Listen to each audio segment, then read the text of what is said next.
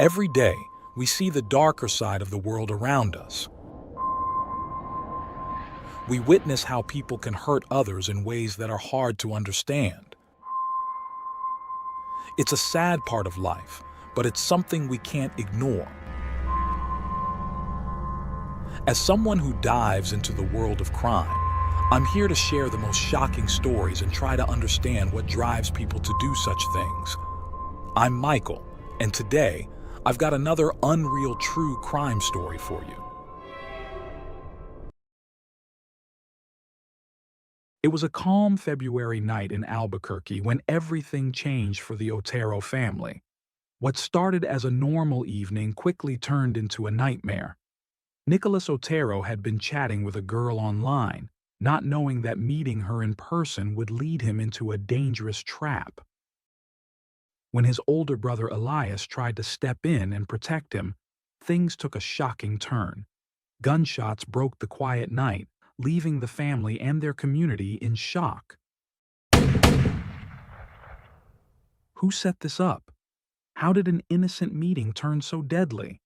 This is a story of betrayal, danger, and the Otero family's fight for justice.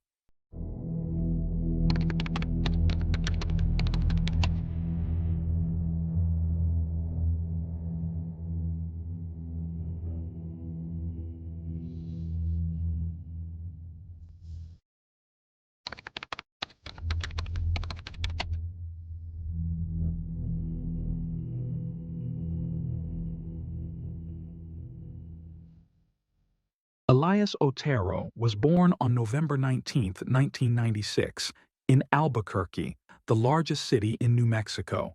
He was the firstborn child of Luis and Alicia Otero, a hard-working couple whose greatest wish was to build a loving family. Over time, their dream came true as they were blessed with 4 more children. Elias grew up in a warm and nurturing environment, surrounded by his siblings.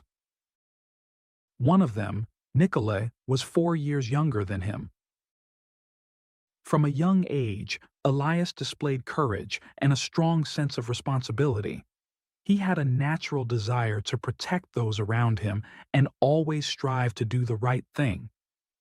During his high school years, Elias's outgoing personality helped him make many friends, and he was a source of pride for his parents.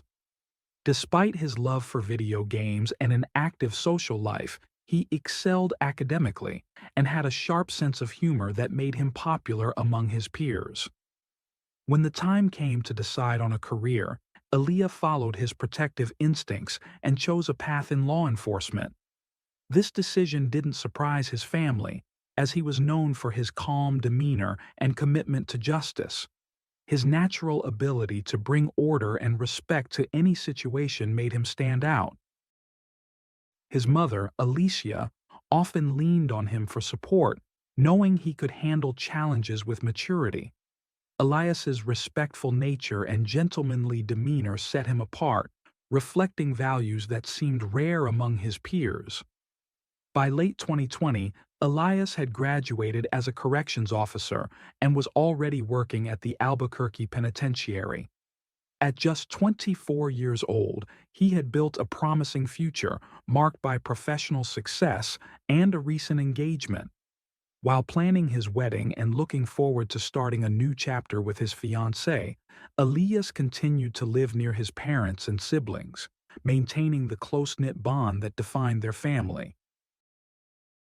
On the night of February 10, 2021, life took an unexpected turn for the family. The day began like any other, but events soon spiraled into a nightmare. That evening, Nicholas, Elias's younger brother, connected with an 18-year-old girl named Annabella Dukes through a popular social media app. Struck by her beauty and charm, Nicholas quickly felt a strong connection with her during their brief conversation. To his surprise, Anna suggested they meet in person that same night. Thrilled by the prospect, Nicholas agreed and picked her up from the address she provided. Driving his red Lexus, Nicholas felt confident and excited. It wasn't unusual for him to leave the house late at night, due to his job at a nearby cemetery, so his departure didn't raise any concerns at home. When he arrived to pick up Anna, her beauty exceeded his expectations. She suggested they drive to a park in the city center for a quiet, intimate setting. During the drive, however, Nicholas began to sense something was off. Anna commented on his diamond-studded necklace and inquired about its cost. She also asked if he carried a weapon or cash in his car, making Nicholas uneasy. Although these questions raised red flags, he chose to continue the evening, hoping things would improve. When they reached the park, Nicola noticed her phone displayed an ongoing call, suggesting someone had been eavesdropping on their conversation. Before he could react, another car pulled up behind them and three armed men emerged. The situation escalated rapidly as the men forced Nicholas out of his vehicle. Amid the chaos, one of the assailants pleaded to use his weapon against the defenseless young man. Fortunately for Nicholas, the attackers only went as far as searching his car. However, his suspicions grew stronger that Anna had set him up. His doubts were confirmed moments later when he saw her chatting with the men as if they were lifelong friends. The humiliation deepened when he realized Anna seemed to be in a romantic relationship with one of them. This young man, Adrian Avila, was only 17 years old but exuded authority, clearly leading the group. After stripping Nicholas of his diamond necklace, credit cards, and some cash, Nicola thought the ordeal was over, but it was only the beginning. The group wasn't satisfied and wanted more. They forced Nicholas back into his car, with one of the assailants taking the driver's seat while the rest divided themselves between Nicholas's car and their own. Holding him at gunpoint, they demanded he call his older brother Elias and request $1,000 and a gun in exchange for his release. Otherwise, they threatened to kill him. Driving at high speed toward the family home, the group thought they had control of the situation, but Elias, awakened from a deep sleep by Nicholas's distressing call, quickly took charge. After alerting his siblings to the danger, he reassured them that he wouldn't let the criminals get what they wanted. Above all, he was determined to protect his family. When the criminals arrived, Elias confronted them without hesitation. Armed and carrying a concealed carry permit, he stepped outside to face the attackers. But the confrontation quickly turned deadly. According to later investigations, Adrian acted faster than Elias could react, firing his weapon and fatally wounding him.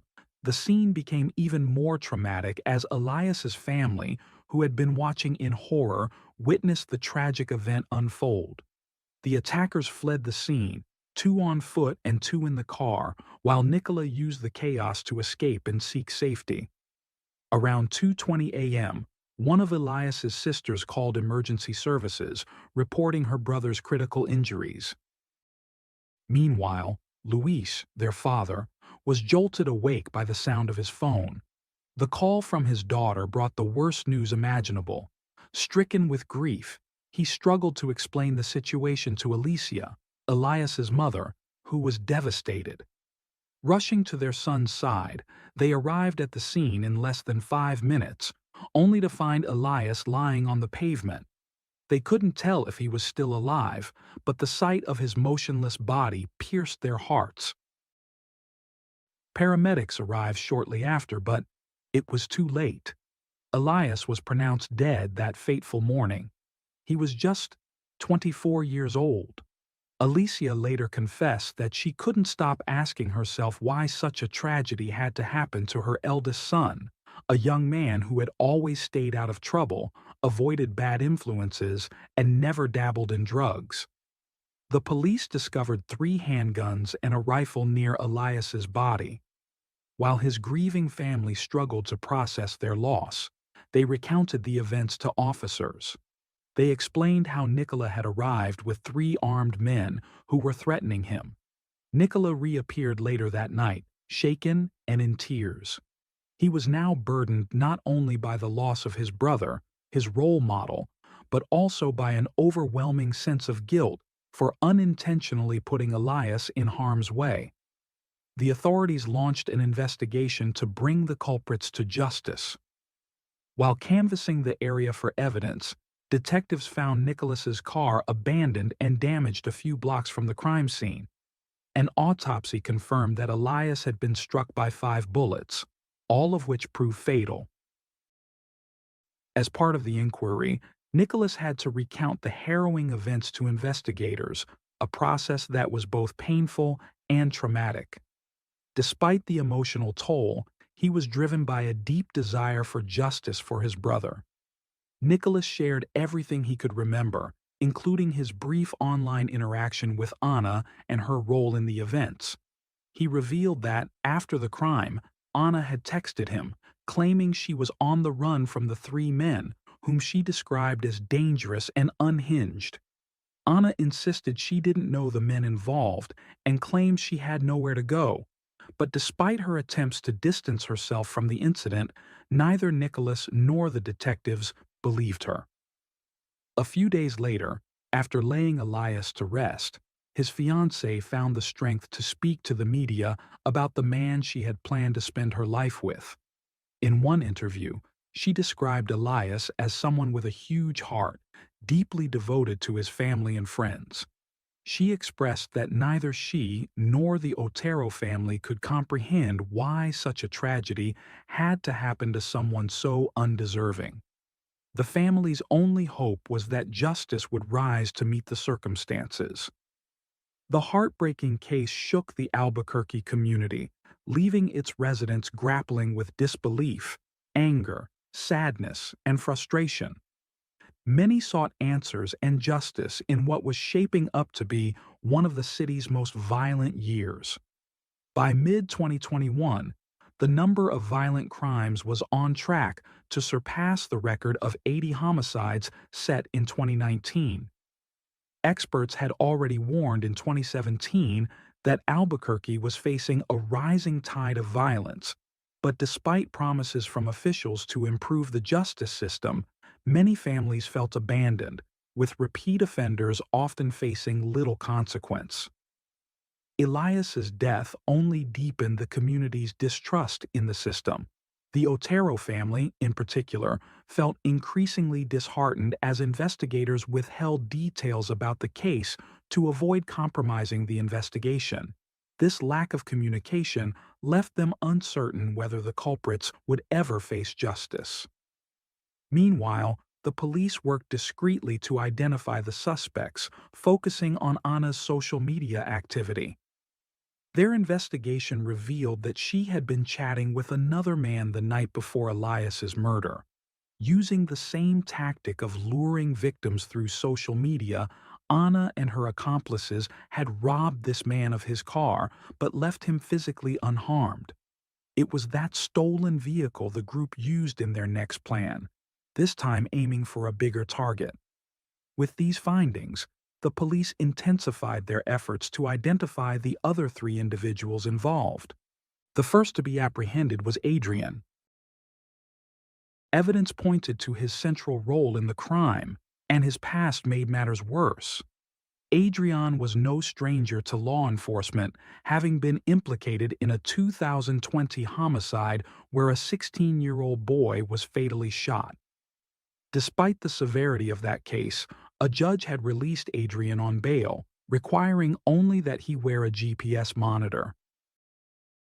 In December 2021, just before Christmas, a warrant was issued for Adrian's arrest. On December 27th, he turned himself in and was charged with open murder, kidnapping, 2 counts of armed robbery with a deadly weapon, evidence tampering, and conspiracy to commit first-degree murder. After Adrian's initial court appearance, Alicia told a local news station that the family was relieved by the case's progress. She recalled how she and her husband couldn't hold back their tears upon learning of Adrian's arrest. Alicia shared that during her son's funeral, she had promised to fight for him, and that promise had become her strength and reason to carry on. As for Anna, she remained at large. The Albuquerque Police Department circulated her photo, asking the community for help locating her. While Anna appeared smiling in the picture, her legal troubles were mounting, and her role in the crime made her a wanted figure. Alicia made a public plea, urging anyone who spotted Anna to contact Crime Stoppers, a community program that allows people to provide anonymous tips about criminal activity. She described Anna as dangerous and a threat to society. In response, the organization offered a $2,500 reward for information leading to Anna's arrest.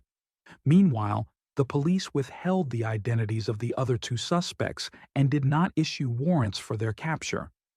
It wasn't until late January 2022, about a month after Adrian's capture, that authorities located and arrested Anna. The young woman faced multiple charges, including open murder, kidnapping, 2 counts of armed robbery, evidence tampering, and conspiracy. She was held in a detention facility without bail. A local news outlet reported that law enforcement was still searching for a third suspect. Following Anna's arrest, Alicia once again appeared on television, reaffirming her hope for justice in her son's case. However, despite the progress, Alicia believed a crucial battle remained, advocating for stricter laws in New Mexico. She openly stated that nothing less than a life sentence for each perpetrator would suffice, and voiced concerns about the possibility of bail, allowing them to walk free before facing trial. To find solace and a sense of purpose, Alicia connected with other mothers who had also experienced the unimaginable loss of a child to violence. These women met regularly, offering each other support and brainstorming ways to combat community violence. Through these conversations, Alicia reflected deeply on the tragedy and sought answers to the questions that haunted her. She concluded that, unknowingly, Nicholas had made himself an easy target. Both he and Elias often posted photos and videos of their cars and belongings on social media, inadvertently drawing the attention of individuals like Anna and others with malicious intent. In August 2022, Anna accepted a plea deal. During a virtual hearing, she pleaded guilty to aggravated armed robbery with a firearm, conspiracy, and other charges. In exchange, the charges of murder and kidnapping were dropped. Under the terms of the agreement, Anna was sentenced to serve between 5 and 15 years in prison. Adrian, on the other hand, pleaded not guilty to all charges during his own virtual hearing. Alicia and Luis expressed their devastation to the media, describing how the overwhelming evidence against Adrian made the judge's decision even more incomprehensible. They feared for their safety and that of their remaining children with Adrian free in the community. However, the prosecutors appealed the ruling, and, much to the relief of the Otero family, the state's Supreme Court ultimately overturned the judge's decision. In the spring of 2024, Adrian accepted a plea deal for both the 2020 and Elias's 2021 cases. During a courtroom hearing, he pleaded guilty to both crimes. Prosecutors revealed that his accomplices from both incidents, including Anna, were prepared to testify against him. Anna, as it turned out, had orchestrated the robbery involving Nicholas and Elias, though authorities clarified she had been under Adrian's influence and control. Adrian was confirmed as the leader of the group. Before his sentencing, Adrian apologized to the victims' families, but the judge handed down a 29-year prison sentence. As for the other suspects, no significant updates have emerged as of this writing. Despite the convictions, Alicia and Luis continue to mourn the absence of their son. They often reminisce about his love for spicy wings and barbecue sauce, moments that now bring bittersweet memories.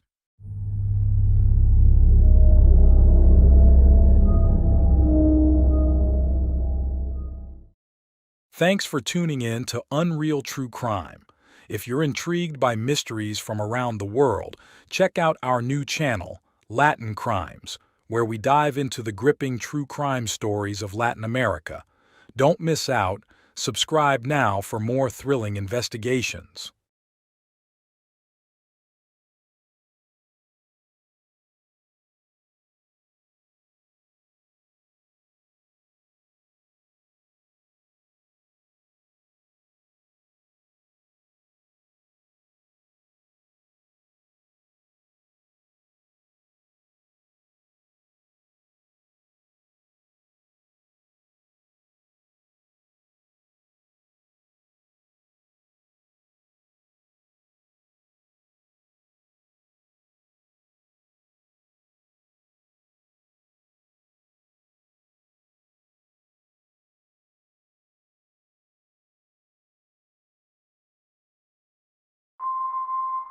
Every day, we see the darker side of the world around us.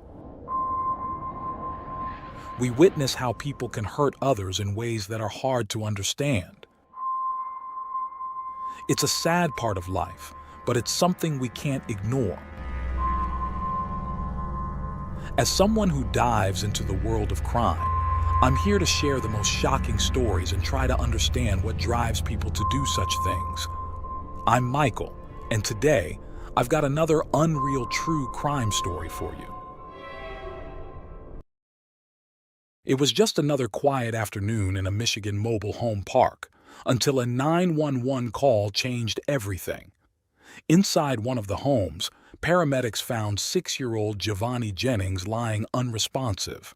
His tiny body was covered in bruises, and something was terribly wrong. As investigators dug deeper into what happened, they discovered a heartbreaking story of abuse and pain that no child should ever endure. Who let this happen? And why didn't anyone step in to help him before it was too late?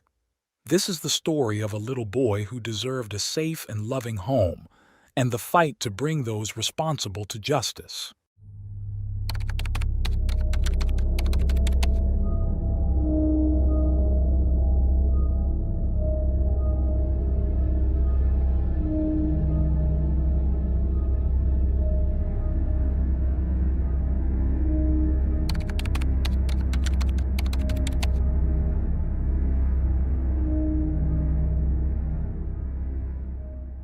On October 17, 2017, Giovanni Jennings was born in Detroit, Michigan, to his mother, Elena Jennings.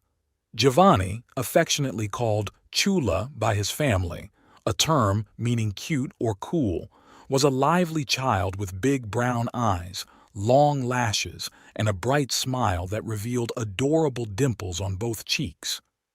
Elena often referred to him as "little man," calling him her handsome baby boy. From an early age, Giovanni displayed an independent and playful spirit. Even before he could walk, he entertained his family by making silly faces and sticking out his tongue when Elena tried to take pictures.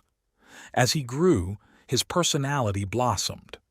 A memorable photo from when he was just 10 months old showed him filling up a baby pool with a garden hose on a hot day.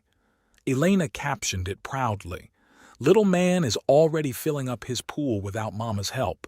He sure is too big for 10 months." His family described him as an amazing child who loved to run and play. In a heartwarming video, they captured Giovanni and his brother laughing as they attempted to repeat words like taco, chimichanga, and chalupa. Their giggles and the happiness shared between them painted a picture of a joyful family life. Elena, who became a mother at 18, often reflected on her journey in heartfelt social media posts. In June 2017, she shared how she had worked hard to turn her life around, crediting her brother for helping her escape a difficult past. She wrote about embracing her role as a mother and focusing on creating a better future for her children. By 2019, Elena had welcomed another son, and photos from 2020 showed Giovanni as a loving older brother, cuddling and playing with him. Despite facing challenges, Elena remained committed to being a dedicated mother, often sharing her pride and love for her children. In the years that followed, Elena began a relationship with Esteban, and the family moved into a home in southwest Detroit. Esteban treated Giovanni and his brother like his own sons, and the couple eventually had a daughter together in 2022. However, their relationship became strained over time, and in March 2024, Elena moved out with her children. Shortly after, Elena entered a relationship with Daniel Giacchina. Daniel had faced his own struggles, including legal troubles and personal hardships. In late 2023, he, Elena, her 3 children, and his grandmother Anne experienced a devastating house fire that left them homeless. Anne sought help through a GoFundMe campaign, writing, "My name is Anne. I'm 74, and this devastates me. Our house burned down 2 weeks ago, and we had no rental insurance. We're having such a hard time keeping a roof over our heads, paying for the motel, and supporting the animals we rescued from the fire, one of whom gave birth to puppies shortly after the incident. It's so cold and we've lost everything. Any donations would mean the world to us. God bless you all. I know there's a light at the end of this tunnel." Despite her plea, donations were scarce. They managed to raise only $275, far from enough to cover even a week at the motel, which charged $350 weekly. Daniel tried to negotiate with the motel owner, but the situation remained tense. A series of texts from the owner highlighted his frustration, emphasizing the need for timely payments and compliance with motel rules. The owner's patience was wearing thin, and Daniel's updates on the campaign reflected growing desperation. Sometime after, Elena ended their relationship. She found housing for herself and the kids, leaving Daniel and Anne behind. In an emotional update, Daniel shared his heartbreak. "When this all started, it was our whole family, me, my partner, her kids, and my grandmother. After the fire, Elena moved on, found a house, and left me and Grandma here. I feel used. We were planning a future, starting businesses and talking about marriage. Now I've lost the woman I loved, her kids, and everything else." The challenges of homelessness weighed heavily on both Daniel and Anne. Despite their circumstances, Daniel's posts also shed light on the broader crisis of homelessness, acknowledging how close many people are to losing their homes due to unforeseen events like fires or financial setbacks. Eventually, Anne and Daniel were able to secure housing at the ACL Mobile Home Park on DeQuindra Road in southeast Michigan. Months later, Elena and her children moved into the mobile home with them, attempting to rebuild their lives together. However, tensions began to rise, and Giovanni, one of Elena's children, reportedly struggled to adjust. Family dynamics became strained, and disciplinary measures were sometimes taken when Giovanni misbehaved. When asked about the treatment Giovanni received, Elena initially claimed it was disciplinary, a method she and Daniel referred to as the corner. The corner wasn't just a spot for a typical timeout. In their shared bedroom, they set aside an area specifically for punishing Giovanni. They barricaded him in with makeshift walls and covered the space with a black curtain, effectively isolating him from the rest of the room. To monitor him, Daniel allegedly installed a security camera aimed directly at the corner, allowing him and Elena to watch the child remotely through their phones. This punishment went far beyond standard discipline. While a typical timeout might last a minute per year of age, 6 minutes for a 6-year-old like Giovanni, evidence revealed he was confined for far longer. He was forced to sleep in the corner on a narrow wooden plank, just 11 inches wide and 3 feet long, with no mattress or blanket. Giovanni wasn't allowed to move, look out the window, or even leave the corner for basic needs without facing further punishment. While Elena went to work, Daniel was left in charge of the children, including Giovanni and his younger brother. Rather than ensuring their safety, Daniel reportedly encouraged dangerous behavior, allowing the children to handle a gun and ammunition. Disturbing photos showed the children pointing the gun at each other while Daniel looked on. In one chilling image, the laser scope illuminated a child's raised hand. Daniel's violent tendencies weren't limited to encouraging reckless play. Giovanni's younger brother claimed Daniel had shot him in the leg with a BB gun and also targeted Giovanni. Police later found holes in the walls of the corner, with BBs still embedded in them, supporting these allegations.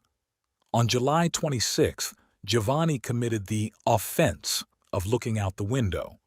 Daniel reportedly responded by stapling Giovanni's shirt to the wall with a staple gun, pinning the boy's shoulders in place and forcing his face into the corner.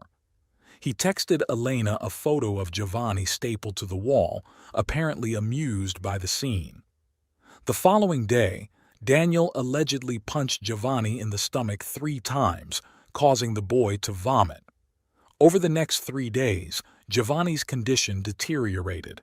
Elena later admitted to police that she knew he needed medical attention but avoided taking him to the hospital, fearing that doctors would see his injuries and report them.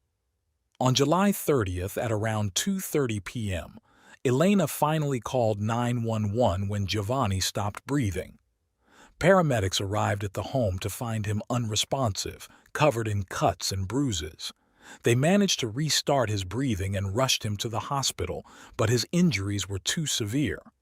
Giovanni was transferred to the Children's Hospital of Michigan's Stilson Specialty Center, where his stepfather Esteban came to see him. Esteban described Giovanni as unrecognizable, with a swollen head and bruised, disfigured face. Giovanni clung to life for several hours, but around midnight on July 31st, he succumbed to his injuries. Esteban later wrote a heart-wrenching post online.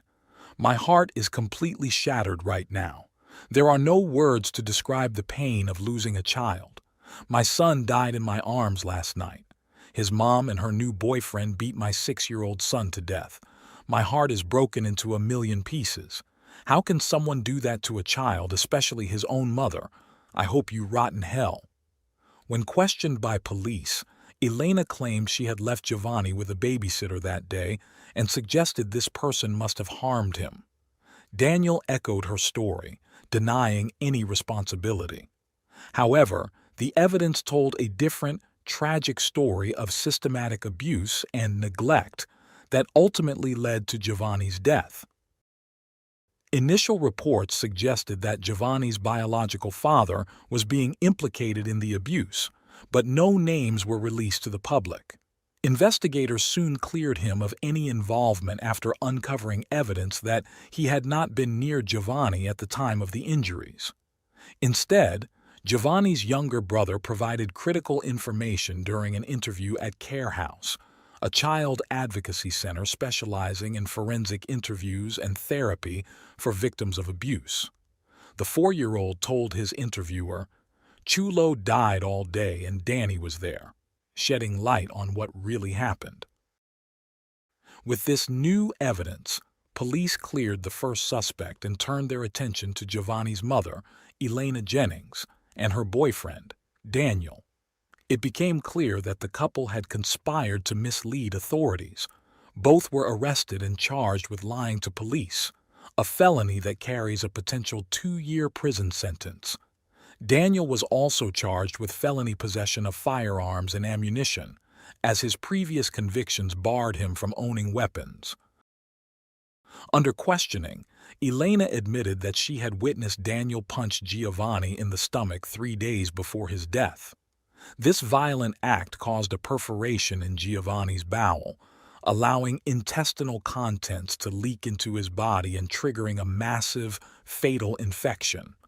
Medical intervention might have saved his life, but Elena chose not to seek help, fearing that the boy's injuries would expose the abuse. Oakland County Prosecutor Karen McDonald announced that the case against Elena and Daniel was one of the most horrifying her office had ever handled. After a painstaking review of digital evidence, including photos, videos, text messages, and social media chats, prosecutors discovered a chilling pattern of abuse. Both Elena and Daniel had allegedly watched video clips of Giovanni's confinement in the corner and even laughed at images of the boy being stapled to the wall by his clothing. McDonald stated that the evidence showed Elena not only allowed the abuse, but at times encouraged it. On August 9, 2024, Elena and Daniel were charged with first-degree murder and first-degree child abuse, both of which carry potential life sentences. They were denied bail and remain in custody at the Oakland County Jail. At a press conference, McDonald outlined the harrowing details of the case. Giovanni, affectionately known as Chulo, endured prolonged abuse in a makeshift pen in the couple's bedroom. He was frequently beaten, denied food, and forced to sleep on a narrow wooden plank. The physical and emotional torment he suffered was evident in the forensic evidence. An autopsy revealed that Giovanni was malnourished, significantly underweight, and covered in bruises and cuts. His abdomen was swollen and distended from the internal injuries that ultimately caused his death. The medical examiner documented injuries to Giovanni's scalp, face, lips, shoulders, back, thighs, and legs, as well as a BB gun wound on his shin. These findings painted a horrifying picture of the systematic abuse he endured. Prosecutor McDonald described the case as one of the worst her team had encountered, emphasizing that Giovanni's death was not quick, but a slow and agonizing process. Prosecutor Karen McDonald emphasized the importance of safeguarding children during her statements about the tragic death of 6-year-old Giovanni Chulo Jennings. "All children have the right to grow up in a home free of fear," she stated. "This child and his siblings suffered unimaginably and lived in fear every day." She pledged that her office and the Madison Heights Police Department would use every available resource to seek justice for Giovanni and hold those responsible for his death accountable. When asked how the public could help prevent such tragedies, McDonald urged vigilance and action. "We need to keep track of our children, especially those in public schools, and inquire if they are suddenly withdrawn. Whether you're a neighbor, teacher, coach, or just someone in line at the grocery store, if something concerns you, report it to Child Protective Services or the police." Elena's defense attorney released a statement urging the public to remember her client's presumption of innocence until proven guilty. He expressed sympathy for those affected by the tragedy, but refrained from commenting further, citing the ongoing investigation. The case has left the small community in the ACL Mobile Home Park shocked and heartbroken. Neighbor Jolene Zidlowski recounted how Daniel's grandmother Ann once confided in her about a severe beating Giovanni endured. "She told me Elena had paddled him after he got out of the shower. I was devastated. It was heartbreaking. You could see the welts all over his arms, legs, and buttocks." The tragedy has yet to prompt public memorials or vigils. David has not made a public statement but may deliver an impact statement at the trial. A private service for Giovanni was held on August 14, 2024. Giovanni's stepfather, Esteban Cabrera, remains devastated by the loss. He recounted how, after his separation from Elena, she frequently denied him access to the children, including his biological daughter. When he did see them, he suspected something was wrong and contacted Child Protective Services months before Giovanni's death, reporting medical neglect and abuse. They took no action. Esteban now has custody of his daughter and is committed to ensuring Giovanni's younger brother remains connected to his family. However, legal complications have placed the boy in foster care temporarily. On August 1st, Esteban posted an update online. I appreciate all the support from each and every one of you. This has been completely devastating. I now have custody of my biological daughter, but due to my legal status in the U.S., Giovanni's brother has been placed in foster care. His uncle is working with CPS to bring him into his care, but for now, he is not with me. He will still have visitations with his sister twice a week. I'm also working on setting up a GoFundMe to help with funeral expenses. Unfortunately, his mother still has legal rights over his body, and I may not be able to have a ceremony with his ashes. His body is still undergoing examination due to the extreme nature of this case. Thank you for your continued support. Though a GoFundMe campaign had not been posted as of this writing, community members expressed eagerness to contribute once available. Meanwhile, Giovanni's grandmother shared her grief on his tribute page. "Hello, I'm the grandma of Chulo, whom he called Mimi. I'm at a loss for words. I've been through everything with you since birth. Rest in peace, my precious grandson. You will be forever in my heart. I love you. I know you're in heaven now. Until I see you again, love, Mimi." The heartbreak surrounding Giovanni's death has rippled through his family and community, leaving loved ones searching for ways to grieve while fighting for justice for a little boy whose life was cut tragically short.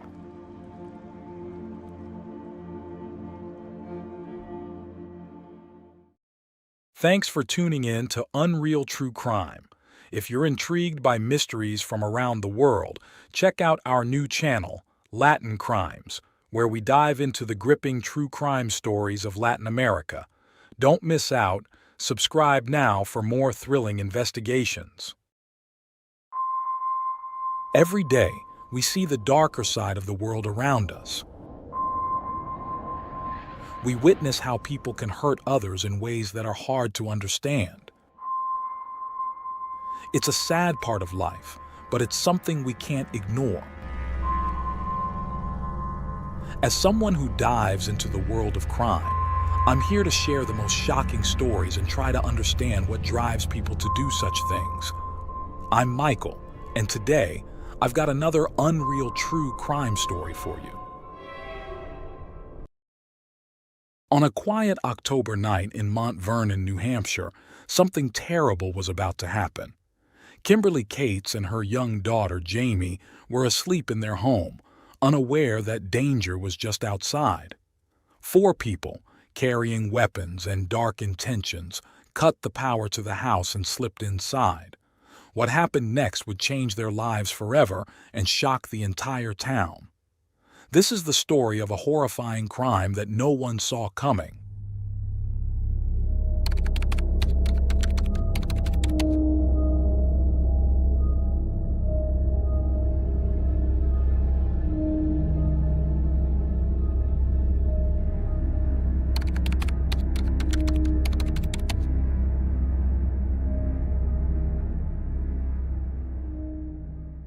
Kimberly Cates came into the world on March 6, 1967, in Toledo, Ohio. She grew up with 2 brothers, Jeff and Scott, and was a cherished aunt to her niece Nicole and nephew Christopher. Kimberly stood out with her tall, slender frame, dark hair, striking eyes, and an ever-bright smile that seemed to light up every room she entered.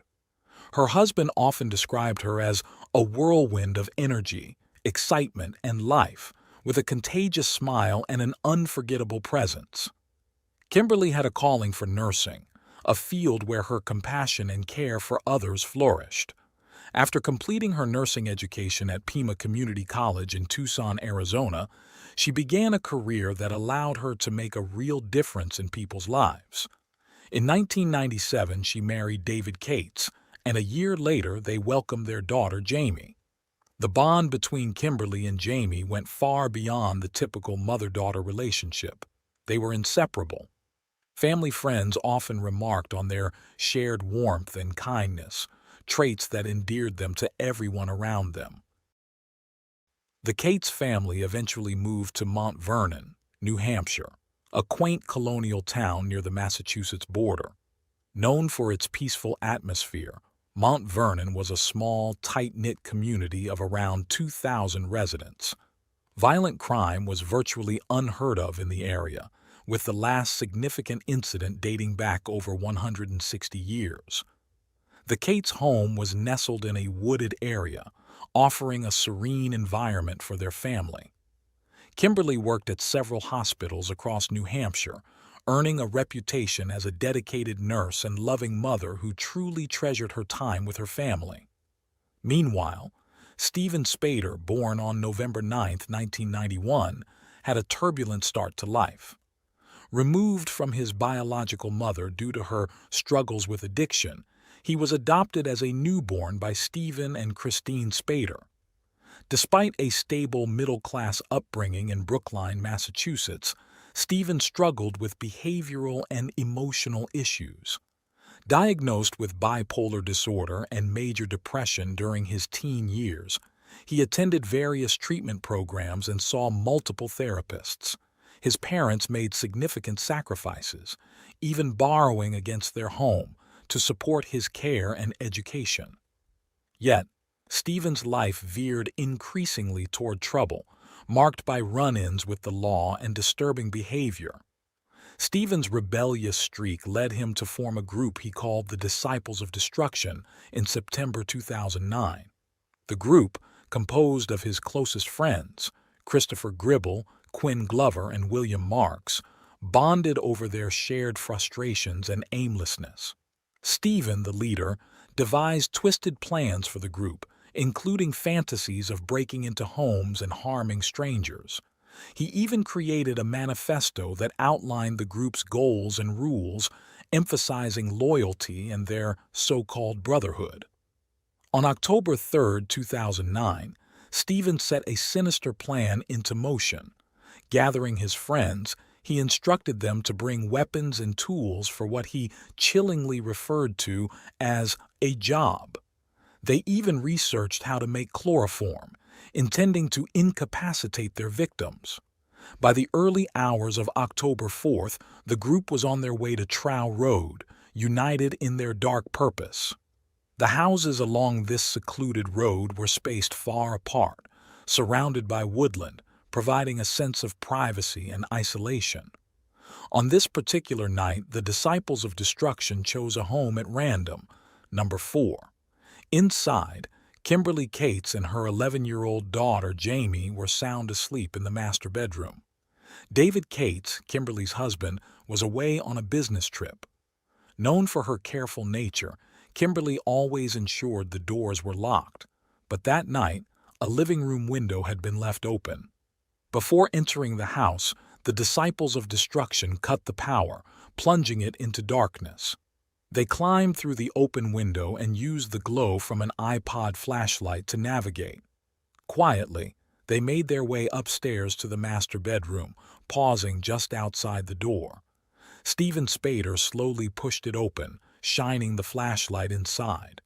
Believing the room was empty, he whispered to Christopher Gribble, "No one's here." Disappointed, the group began retreating, until Kimberly stirred, mistaking the noise for her daughter. "Jamie, is that you?" she asked. Stephen immediately dropped the flashlight and moved toward the voice on the right side of the bed. Christopher followed, taking the left. Standing in the hallway, William Marks and Quinn Glover covered their ears as Stephen began swinging his machete, delivering brutal blows to Kimberly. Jamie woke to the sound of her mother screaming, witnessing the horrifying attack. In an attempt to shield her mom, she threw herself over Kimberly, but Christopher yanked her away, stabbing her repeatedly in the face and chest as he tried to hit her heart. Stephen struck Kimberly with the machete a total of 32 times, inflicting devastating wounds all over her body. Forensic examination later revealed that her skull had been split open, exposing her brain. Defensive wounds on her hands and arms showed she had fought to protect herself, enduring every blow while still alive. As the attack continued, Stephen slashed Jamie's throat with such force that her jaw was fractured. He then struck her head and severed part of her left foot.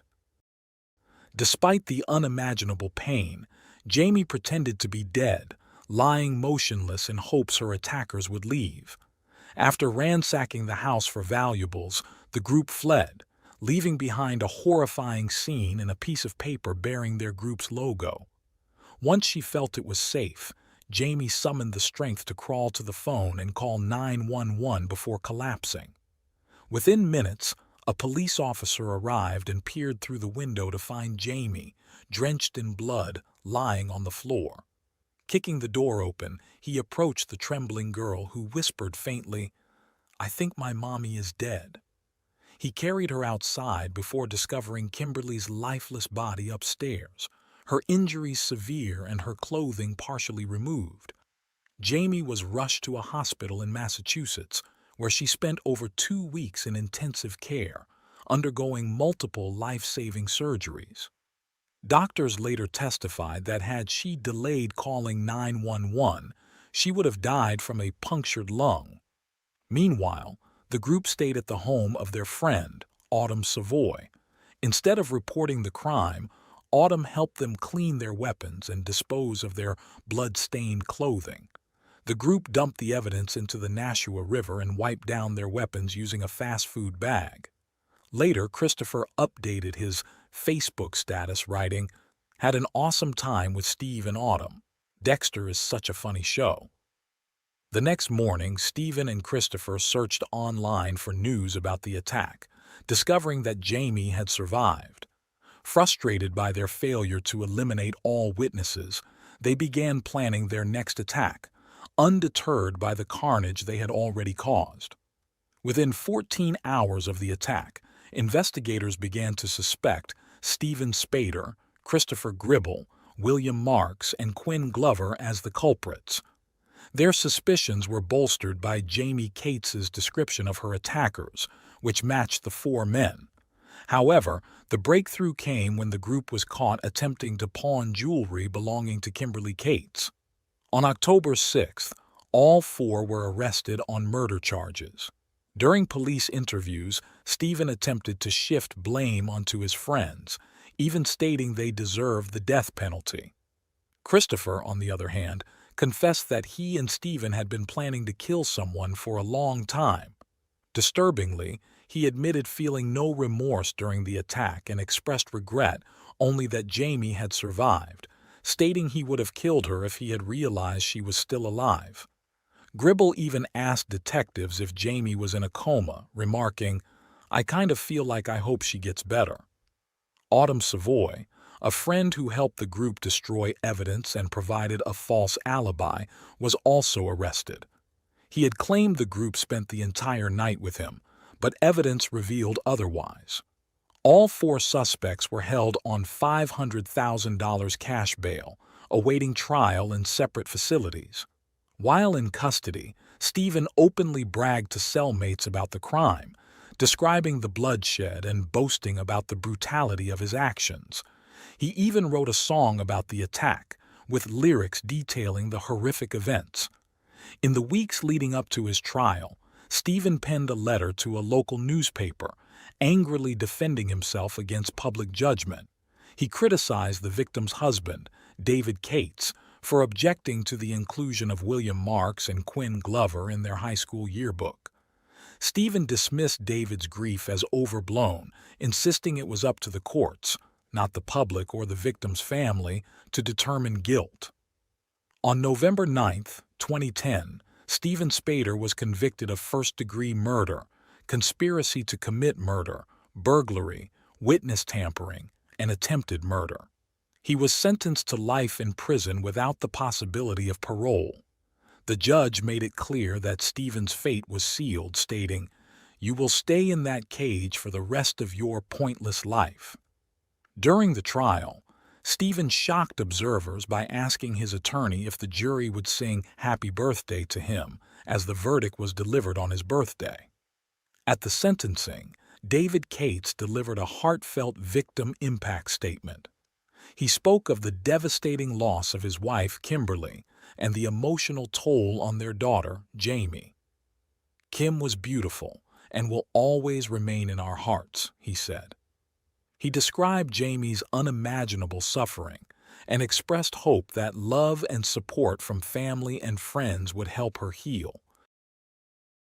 In 2013, Stephen Spader attended a resentencing hearing where his lawyers argued that his life sentence was cruel and unusual punishment due to his age and mental health history.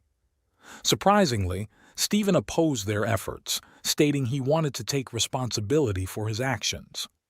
Referring to himself as the most sick and twisted person you'll ever meet, he read an apology letter to Jamie and Kimberly's family, which they found deeply offensive.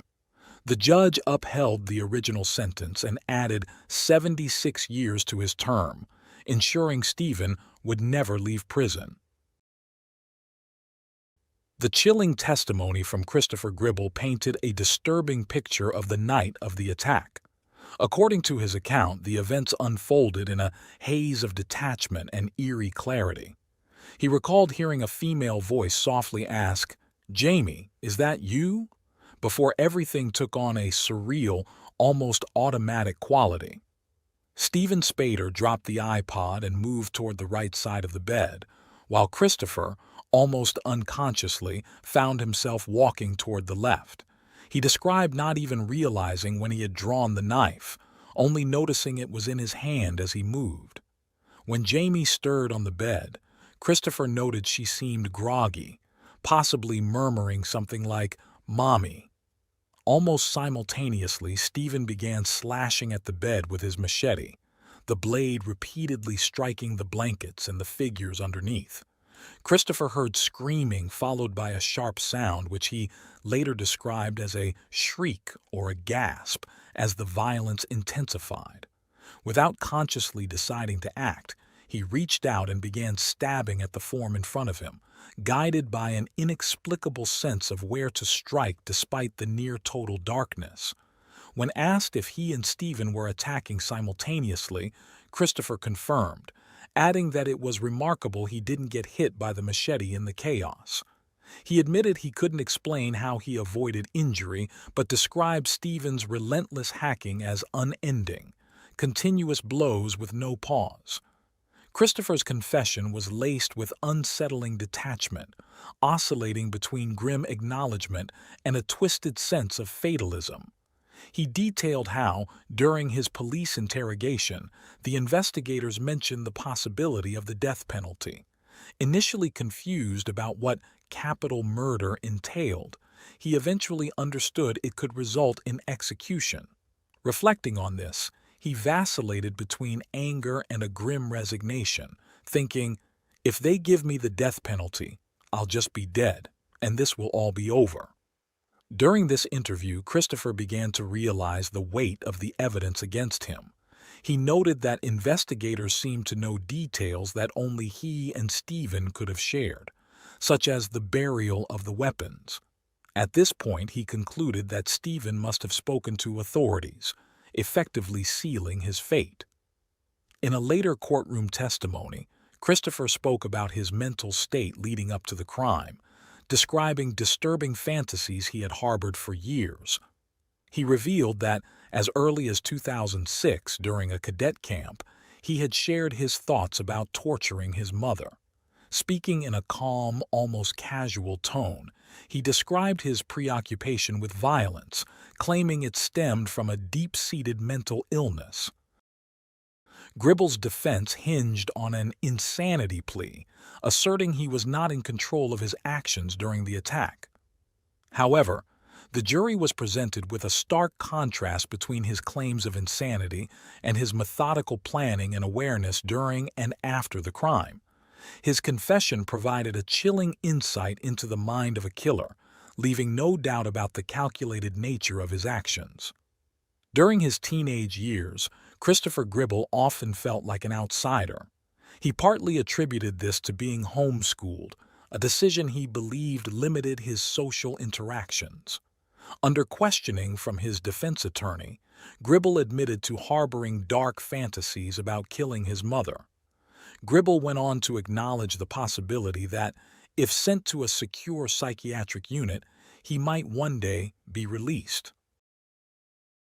On March 25, 2011, Christopher Gribble faced charges including first-degree murder, attempted murder, conspiracy to commit first-degree murder, witness tampering, and conspiracy to commit burglary. He pleaded not guilty by reason of insanity. However, the jury found him sane, and the judge sentenced him to life imprisonment without the possibility of parole. At the sentencing, David Cates delivered a powerful victim impact statement. With visible pain, he said, "I've lived the accounts of Kim's murder, one excruciating blow after another. Through these accounts, I have heard my wife's last breath, heard my daughter's screams, seen my daughter's perfect body mutilated." In 2013, Gribble appealed his sentence, but the appeal yielded no changes. He remains incarcerated at the New Hampshire State Prison, serving a life sentence without parole. The fallout from the attack also extended to William Marks, who was sentenced to a minimum of 30 years in prison on March 21, 2014. Marks had pled guilty to charges of burglary, conspiracy to commit burglary, and being an accomplice to first-degree assault. The judge condemned his role in the crime, stating, "You planned and you watched, and you celebrated the unspeakable horrors you inflicted on an innocent mother and child." Marks's father, James, later spoke publicly about his son's actions, expressing deep regret. If he could go back and change it, he would, and it's just devastating for every parent of these boys. James shared his lingering questions about what led his son down this path, reflecting on photos of a younger William and wondering where things went wrong. He admitted to concerns about the group his son was spending time with, particularly Steven Spader, whom he referred to as Stevie. James described how William had recently been trying to distance himself from Spader, even ignoring his calls.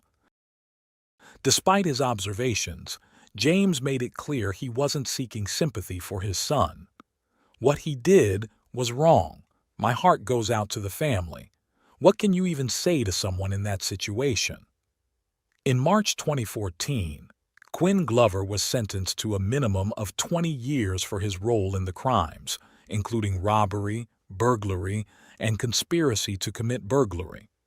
The judge acknowledged that Glover had been the least involved in the killings. During his sentencing, Glover expressed deep remorse, telling the courtroom, "There's nothing I can do that will ever make up for my despicable actions." Both William Marks and Quinn Glover are serving their sentences in separate prisons in Vermont. Autumn Savoy, who helped cover up the crime, was sentenced in April 2011 to 5 years for destroying evidence and providing a false alibi. He was granted early release in May 2015. After his release, Autumn returned to his parents' home and worked 2 jobs at the Mall of New Hampshire. In December 2022, he announced on social media his intention to start a podcast to support individuals looking to rebuild their lives after incarceration. In January 2010, Steven Spader's daughter was born, but she was removed from her mother's care just 5 days later and placed with her paternal grandparents. Steven has written letters pleading to see his daughter, promising to be the best father in the world. Despite his imprisonment, he reportedly speaks with his parents daily and receives weekly visits where they share new photos of his child. Steven was transferred to New Jersey State Prison in February 2014, and just a few months later he was seriously injured in a prison altercation. Recently, he has claimed to have found peace with God, maintaining a fitness regimen, limiting carbs, and focusing on personal growth. In the wake of Kimberly Cates's tragic death, the Amherst Country Club established the Kimberly Cates Memorial Scholarship to honor her legacy. Each October, a golf tournament raises funds to support students who struggle with school expenses. Since its inception, the scholarship has raised over $250,000, continuing Kimberly's legacy of helping others. 2 years after Kimberly's murder, the Kimberly Cates Law was passed, expanding New Hampshire's death penalty criteria to include home invasions that result in murder. However, the state abolished the death penalty in 2019, rendering the law defunct. Despite her immense trauma and life-changing injuries, Jamie Cates returned to school part-time just 3 weeks after the attack. She excelled academically, earning straight A's, and thrived athletically, especially in hockey. A decade later, Jamie spoke with a TV show about her life, sharing how she was studying public health as a senior at the University of North Carolina. She graduated that year and went on to work at the Southern New Hampshire Medical Center while continuing to enjoy hockey. The Mount Vernon and Amherst communities have shown unwavering support for the Cates family in the years following the tragedy. Kimberly's wake was held at Smith and Heald Funeral Home in Milford, New Hampshire, followed by a funeral service at the First Congregational Church in Mount Vernon. She was laid to rest at Green Lawn Cemetery, where her memory lives on in the hearts of her husband David, her daughter Jamie, and the community that cherished her.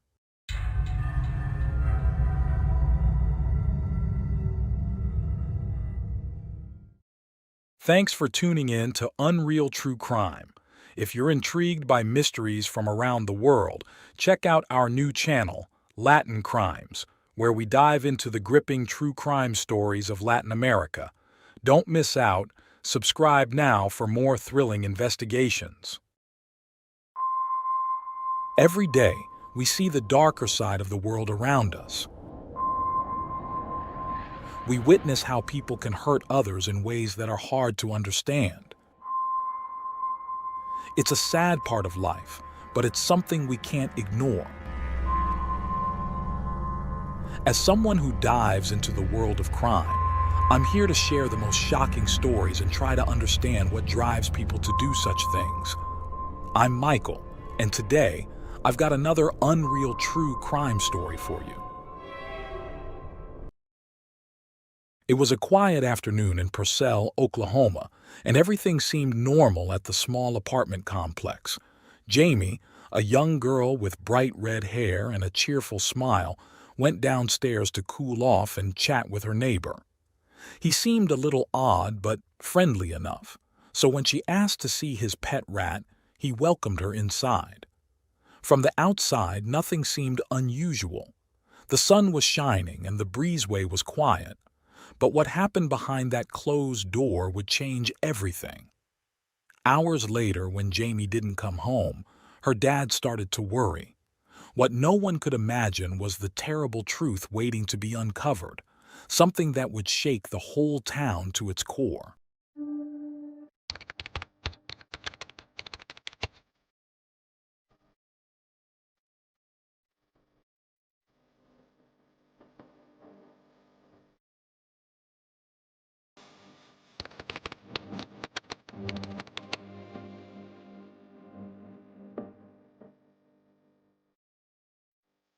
Jamie Rose Boland was a spirited young girl born on August 7, 1995, in Edmond, Oklahoma, to her parents, Curtis Lynn Boland and Jennifer Ann Boland.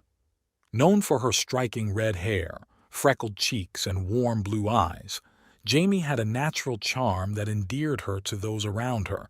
While she could be shy at times, her gentle personality and eagerness to make new friends left a lasting impression on everyone she met. Her family described her as sweet and intelligent, with an infectious laugh that could brighten even the gloomiest day. She had a knack for seeing the good in others and rarely had a bad word to say about anyone. A fifth grader at Purcell Intermediate School, Jamie had found a close companion in her best friend, Carissa. They were inseparable, sharing breakfast, playing at recess, and attending Girl Scouts together. Carissa fondly referred to Jamie as her sister. Jamie's favorite pastimes included playing with dolls, sewing, riding her bike, and performing cheerleader dances she choreographed herself. She cherished family moments, especially movie nights and competitive games of checkers with her dad. Jamie's parents separated when she was 2 years old, and her mother, Jennifer, eventually moved to Guthrie, Oklahoma. While pursuing her dream of becoming a truck driver, Jennifer faced challenges with substance use but was determined to rebuild her life for her children. Jamie remained with her father, Curtis, in the small town of Dibble, Oklahoma, before they relocated to Purcell in 2005. They settled into a modest apartment in the Purcell Park complex, unaware of the unsettling events that would later unfold. Downstairs from Jamie's apartment lived Kevin Ray Underwood, a quiet and reclusive man with red hair similar to Jamie's. Kevin had been in the apartment complex for over a year and worked at a local grocery store. Despite his shyness and social anxiety, which often kept him indoors, Kevin appeared unremarkable to most of his neighbors. He spent much of his time writing on his blog and caring for his pet rat, Freya. Kevin's online persona, however, was vastly different. Beneath his reserved exterior was a deeply troubling fascination with dark fantasies. Following a failed online relationship with a woman named Melissa, Kevin spiraled further into isolation, using the internet to explore increasingly disturbing content. His blog entries hinted at his unsettling thoughts, joking about cannibalism and confessing to dangerous fantasies. Despite these alarming signs in his private writings, those around him saw him as a quiet, albeit withdrawn, individual. Some of Kevin's neighbors had begun to notice peculiar behavior that made them uneasy. Tim Byer, the manager of the apartment complex, mentioned seeing Kevin stand outside and watch the neighborhood children play. At work, Kevin's co-workers had nicknamed him Zombie Kevin due to his unnerving comments. One co-worker, Michael Horner, recounted how Kevin once pointed out a customer and asked, "I wonder what she would taste like." The remark left Michael deeply unsettled, and he admitted to worrying that Kevin might harm someone someday. Despite his troubling behavior, Kevin maintained a connection with Melissa Custer, his longtime online friend. Their conversations were usually normal, but at times, his dark thoughts crept in. In December 2005, he joked about picking up milk, eggs, bread, and human souls during a shopping trip. By early 2006, his comments grew increasingly disturbing. In January, he told Melissa he might kill someone if he didn't find a partner soon. By February, his messages hinted at twisted obsessions, including his fascination with gore and violent imagery. While most people saw Kevin as shy and withdrawn, he went out of his way to befriend Jamie, his young neighbor. Jamie, trusting and curious, occasionally interacted with Kevin, even petting his pet rat, Freya, in the breezeway of their apartment complex. Over time, she grew comfortable around him and had even been inside his apartment a few times, despite her father's rule forbidding her from entering other people's homes. On April 11, 2006, Jamie's father, Curtis, asked her to use the payphone outside their apartment complex to order pizza. Kevin offered his phone instead, and Jamie followed him inside briefly, but insisted on taking the cordless handset outside to make the call, worried about getting in trouble with her dad. The exchange seemed harmless, and Jamie likely thought her dad was simply being overly cautious with his rules. The next day, Jamie dressed in a pink shirt and headed to school as usual.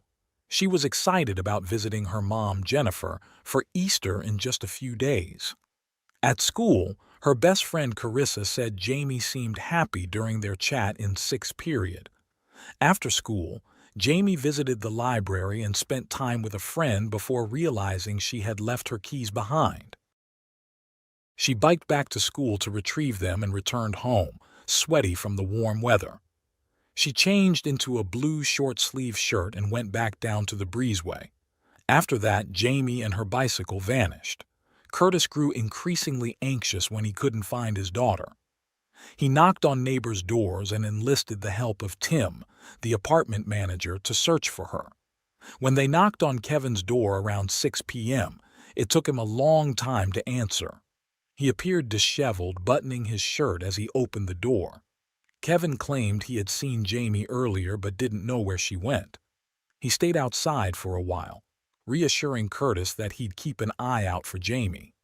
By 8 p.m., Kevin told Curtis he was tired and needed to prepare for work the next morning.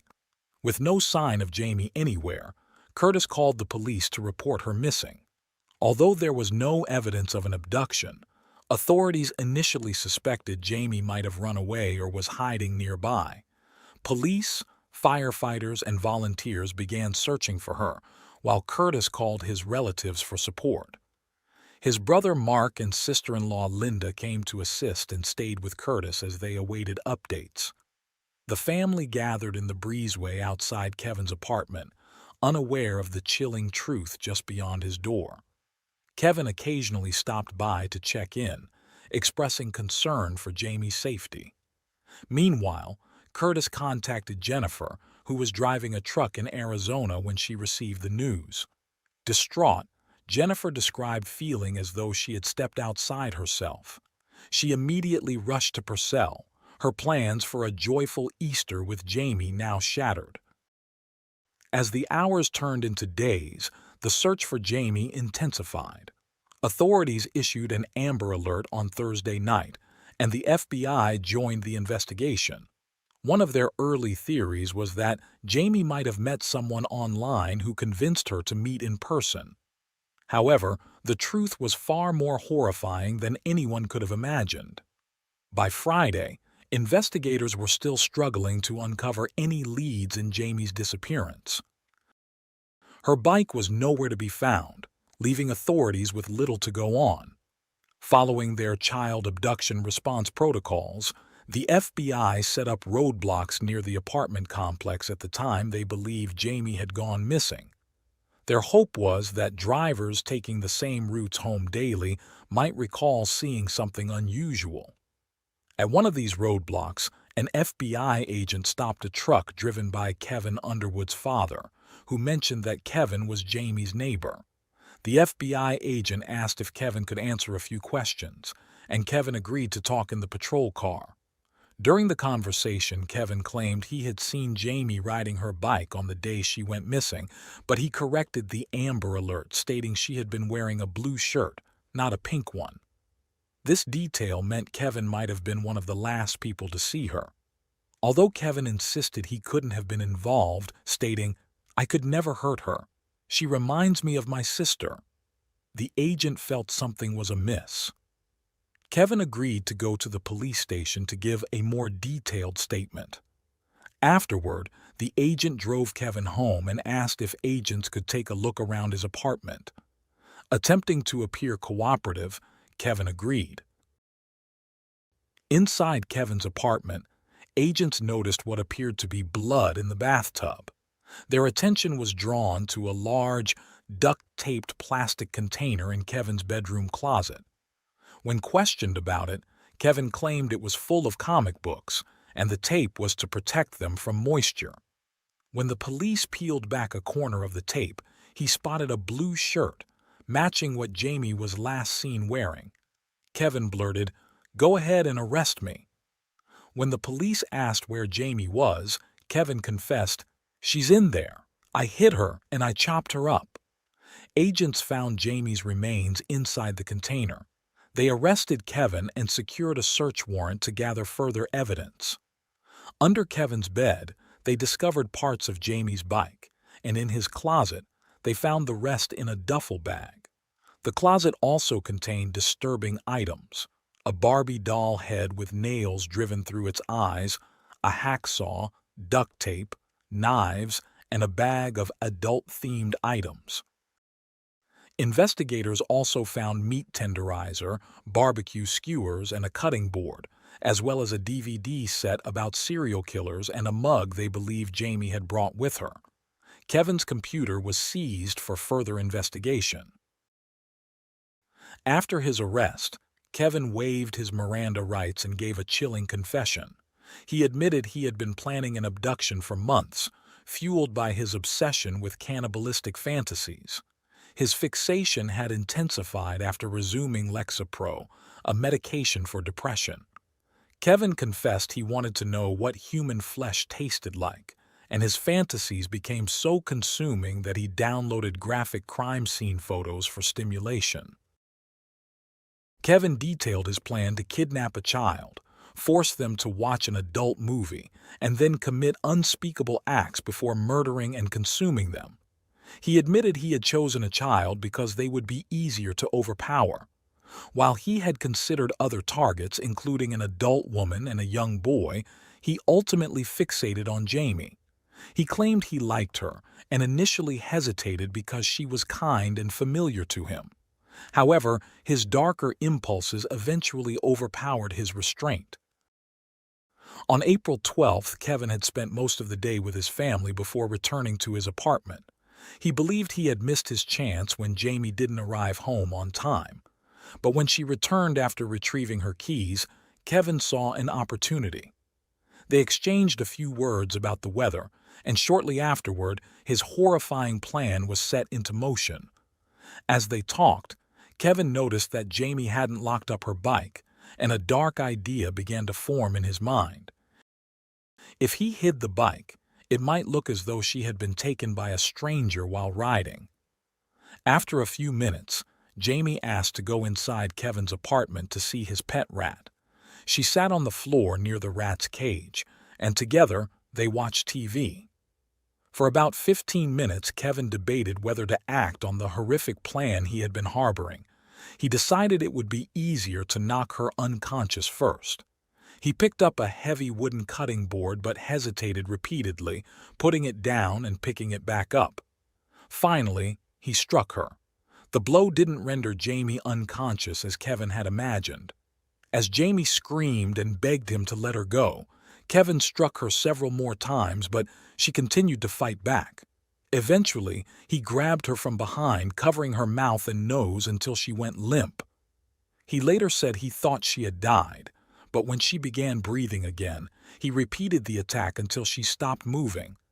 To ensure she was dead, Kevin taped her mouth and nose shut. He then dragged her body into his bedroom to hide her from view while he retrieved her bike, which he concealed in his walk-in closet.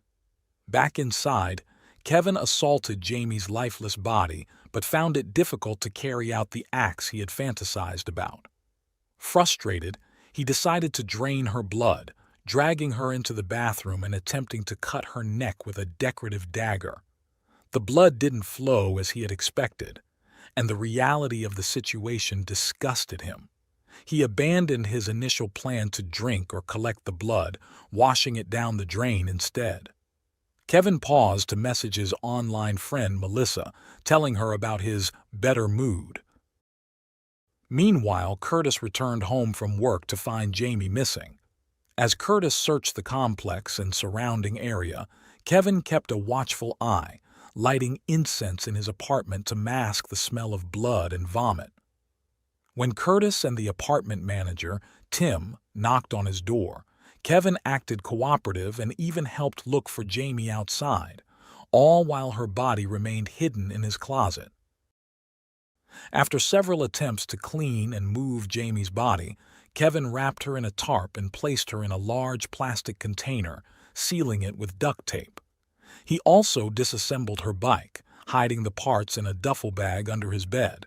Despite his meticulous cleaning efforts, he couldn't eliminate all the evidence. The following day, Kevin agreed to let the FBI search his apartment, confident they wouldn't find anything incriminating. During the search, agents uncovered Jamie's remains, her bike, and numerous disturbing items, including duct tape, knives, and adult paraphernalia. Kevin was charged with first-degree murder and held without bond. Due to extensive media coverage, his trial was moved to Cleveland County in hopes of finding impartial jurors.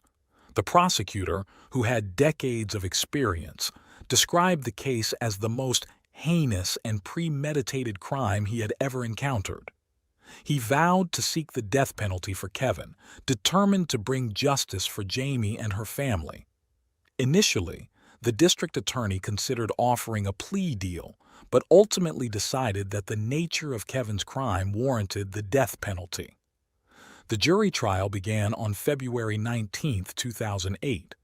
A forensic pathologist presented the autopsy findings at trial, confirming Jamie Boland's cause of death as asphyxiation and blunt force trauma to the head. She detailed the extensive injuries Jamie suffered, including bruising on her head consistent with Kevin's account of the blows, petechiae in her eyes from suffocation, curved marks on her face from a hand clamping her mouth and nose, and deep saw marks on her neck from Kevin's failed attempt at decapitation. Additionally, the report indicated evidence of trauma to her private areas, though it was unclear whether she was still alive during the assault. This evidence alone was damning, but the prosecution also had a nearly 2-hour videotaped confession. In the recording, Kevin described his actions and plans in chilling, matter-of-fact detail. Kevin admitted to spending over a decade desensitizing himself to increasingly violent adult content online. He chillingly detailed his intentions to decapitate his victim while they were still alive, drain their blood, keep the corpse for several days, and ultimately butcher and consume the body. He spoke of purchasing items such as a hacksaw, a tarp, barbecue skewers, and meat tenderizer to carry out his plans. He even revealed practicing his methods on a Barbie doll head. Despite admitting to knowing his actions were wrong, Kevin showed no true remorse, at one point blaming Jamie for her trustfulness. The defense presented no witnesses, acknowledging the overwhelming evidence against Kevin. Their argument focused solely on sparing him the death penalty, citing his mental illness and autism spectrum disorder as mitigating factors. However, after hearing Kevin's confession and the graphic evidence, the jury took just 23 minutes to convict him of first-degree murder on February 28, 2008. On March 7th, the jury sentenced Kevin to death by lethal injection. He showed no visible emotion as the sentence was read. Jamie's family, though relieved by the verdict, braced for the lengthy appeals process typical in death penalty cases. In 2016, Kevin appealed his death sentence, citing a new diagnosis of autism spectrum disorder alongside other mental health conditions. The appeal was denied, with the judge emphasizing the heinous and premeditated nature of Jamie's murder. Kevin remained on death row for years, as Oklahoma's execution process faced scrutiny and delays. In 2014, a botched execution of another inmate, Clayton Lockett, led to widespread criticism. Lockett, convicted of burying a woman alive, was administered an untested drug combination that failed to render him unconscious. He writhed in pain, tried to sit up, and had to be restrained. The chaos ended only after Lockett died of a heart attack 43 minutes later, leading to a temporary halt in executions in the state. In 2015, Oklahoma faced another botched execution, this time involving Charles Warner, who had been convicted of assaulting and murdering an 11-month-old child. During the execution, the wrong drug was used. Warner's final words, "My body is on fire," highlighted the horror of the event. An autopsy later confirmed the error, leading Oklahoma to impose a 6-year moratorium on executions. The moratorium was lifted in 2021, under political pressure to resume capital punishment. Since then, the state has executed 13 people, but maintaining the rapid pace has been challenging. Kevin Underwood was scheduled for execution on December 7, 2023. However, prison staff requested to extend the interval between executions from 60 to 90 days, citing the need to prevent another botched procedure. For Jamie Boland's family, the pain of her loss is immeasurable. When Curtis Boland learned of his daughter's death, he collapsed in grief and was taken to the hospital for sedation. Her family struggled to come to terms with the horrifying realization that Jamie had been inside Kevin's apartment while they searched just feet away. The community of Purcell mourned alongside Jamie's family. Residents left flowers, balloons, and cards at the apartment complex. Her classmates tied white ribbons to trees near the school in her memory. Jamie's funeral was held on April 20, 2006, at the Purcell High School Gymnasium, one of the few venues large enough to hold the crowd of over 1,000 attendees.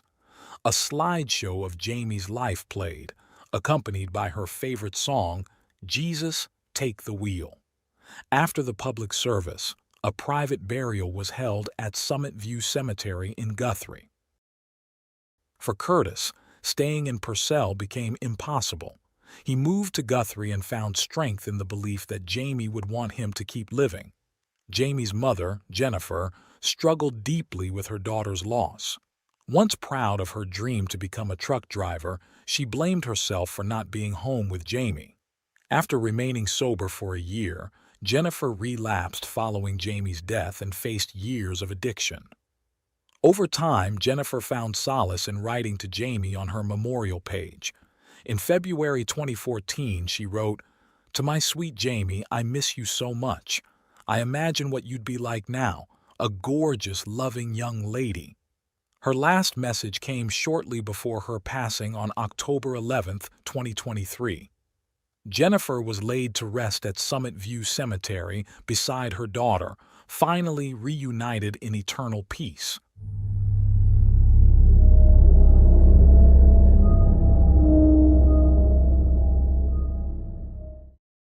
Thanks for tuning in to Unreal True Crime. If you're intrigued by mysteries from around the world, check out our new channel, Latin Crimes, where we dive into the gripping true crime stories of Latin America. Don't miss out. Subscribe now for more thrilling investigations. Every day, we see the darker side of the world around us. We witness how people can hurt others in ways that are hard to understand. It's a sad part of life, but it's something we can't ignore. As someone who dives into the world of crime, I'm here to share the most shocking stories and try to understand what drives people to do such things. I'm Michael, and today, I've got another unreal true crime story for you. It was a cold October morning in Westminster, Colorado. 10-year-old Jessica Ridgway had just left her house, carrying her pink and black backpack and wearing her favorite purple glasses. She was on her usual walk to meet a friend before school, something she had done many times before. The neighborhood was peaceful, the kind of place where parents felt comfortable letting their kids walk around on their own. But this time, something went wrong. Jessica never made it to her friend's house. Somewhere along the way, she disappeared, leaving her family and community filled with worry and questions. What happened on that quiet morning would soon reveal a shocking and heartbreaking truth.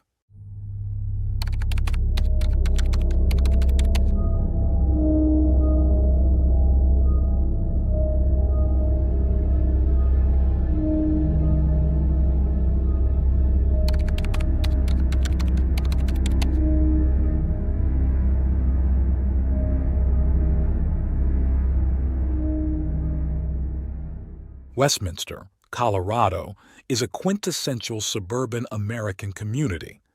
Its neighborhoods boast spacious parks, serene lakes, sports facilities, wide streets, and charming one- or two-story homes, most without fences or walls.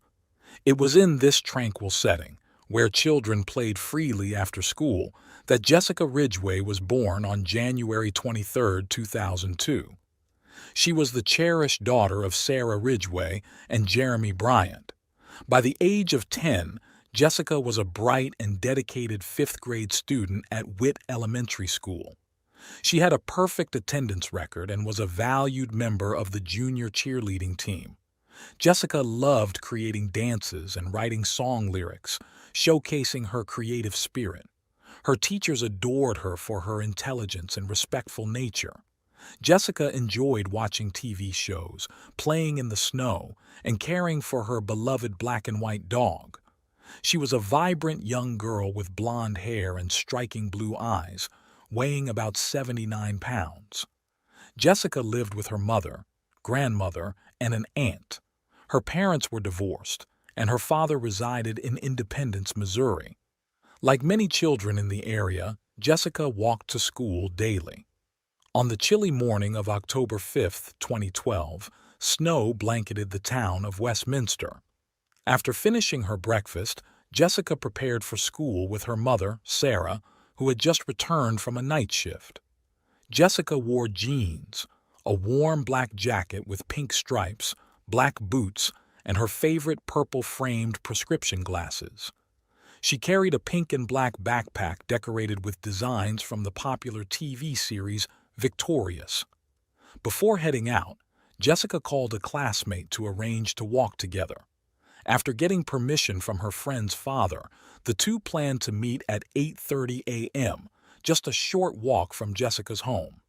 From there, they would walk the remaining distance to school. However, when Jessica didn't show up, her friend's father assumed she had taken another route and drove his daughter to school instead.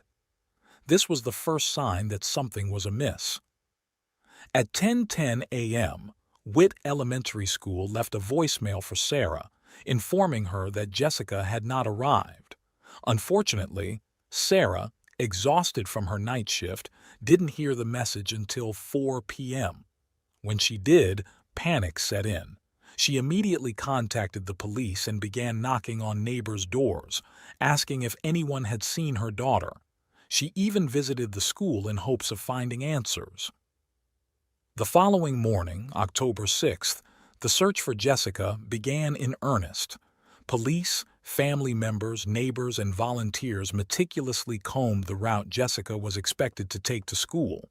Despite their efforts, no trace of her was found. Authorities issued an Amber Alert, utilizing all available communication channels to spread the word about Jessica's disappearance. Purple ribbons, her favorite color, were tied to trees, poles, and fences along her presumed route to signal solidarity and hope. On October 7th, police received a call from a concerned citizen who had found a backpack on a sidewalk near Andrew Drive and Christensen Avenue, roughly 8 miles from Jessica's home.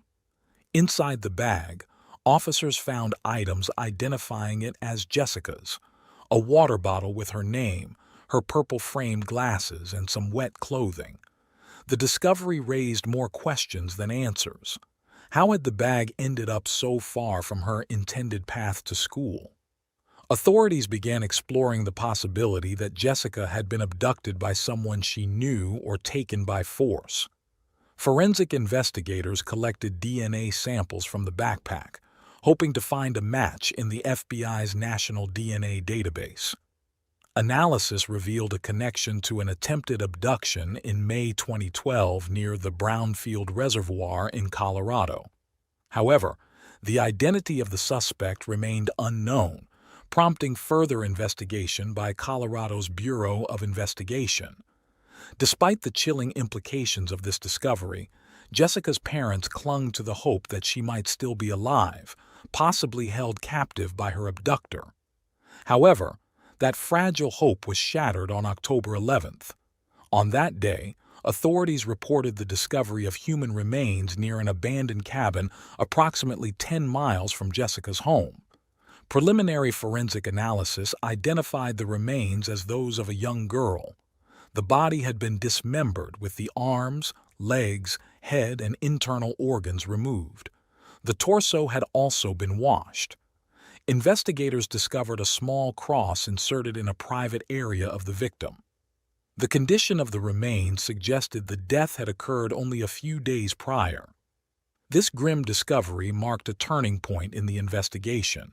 In the days leading up to this moment, the search for Jessica had been intense, involving not only law enforcement but also the entire community. An Amber Alert had been issued, and numerous individuals were questioned as potential suspects. Properties were searched, GPS tracking was utilized, and hundreds of interviews were conducted. Additionally, over 500 DNA samples were collected and sent to the Colorado Bureau of Investigation for analysis and comparison. Among the evidence recovered were items of clothing that belonged to Jessica. What began as a desperate search for a missing child had now tragically transformed into a manhunt for a killer. On October 17th at approximately 8 p.m., law enforcement visited a residence in Westminster. The house was home to Mindy Sigg, her 17-year-old son, Austin Sigg, and his younger brother. 2 FBI agents interviewed Mindy, but chose not to search the premises at that time. Austin Sigg was born on January 17, 1995. His childhood was marked by family instability. His parents, Mindy and Robert Sigg Jr., divorced in 2000 when Austin was only 5 years old. Robert remarried twice, but both marriages ended in divorce. He had a long history of legal troubles, including charges of domestic violence, assault, fraud, resisting arrest, and drug possession dating back to the 1980s. Austin's struggles began early in life.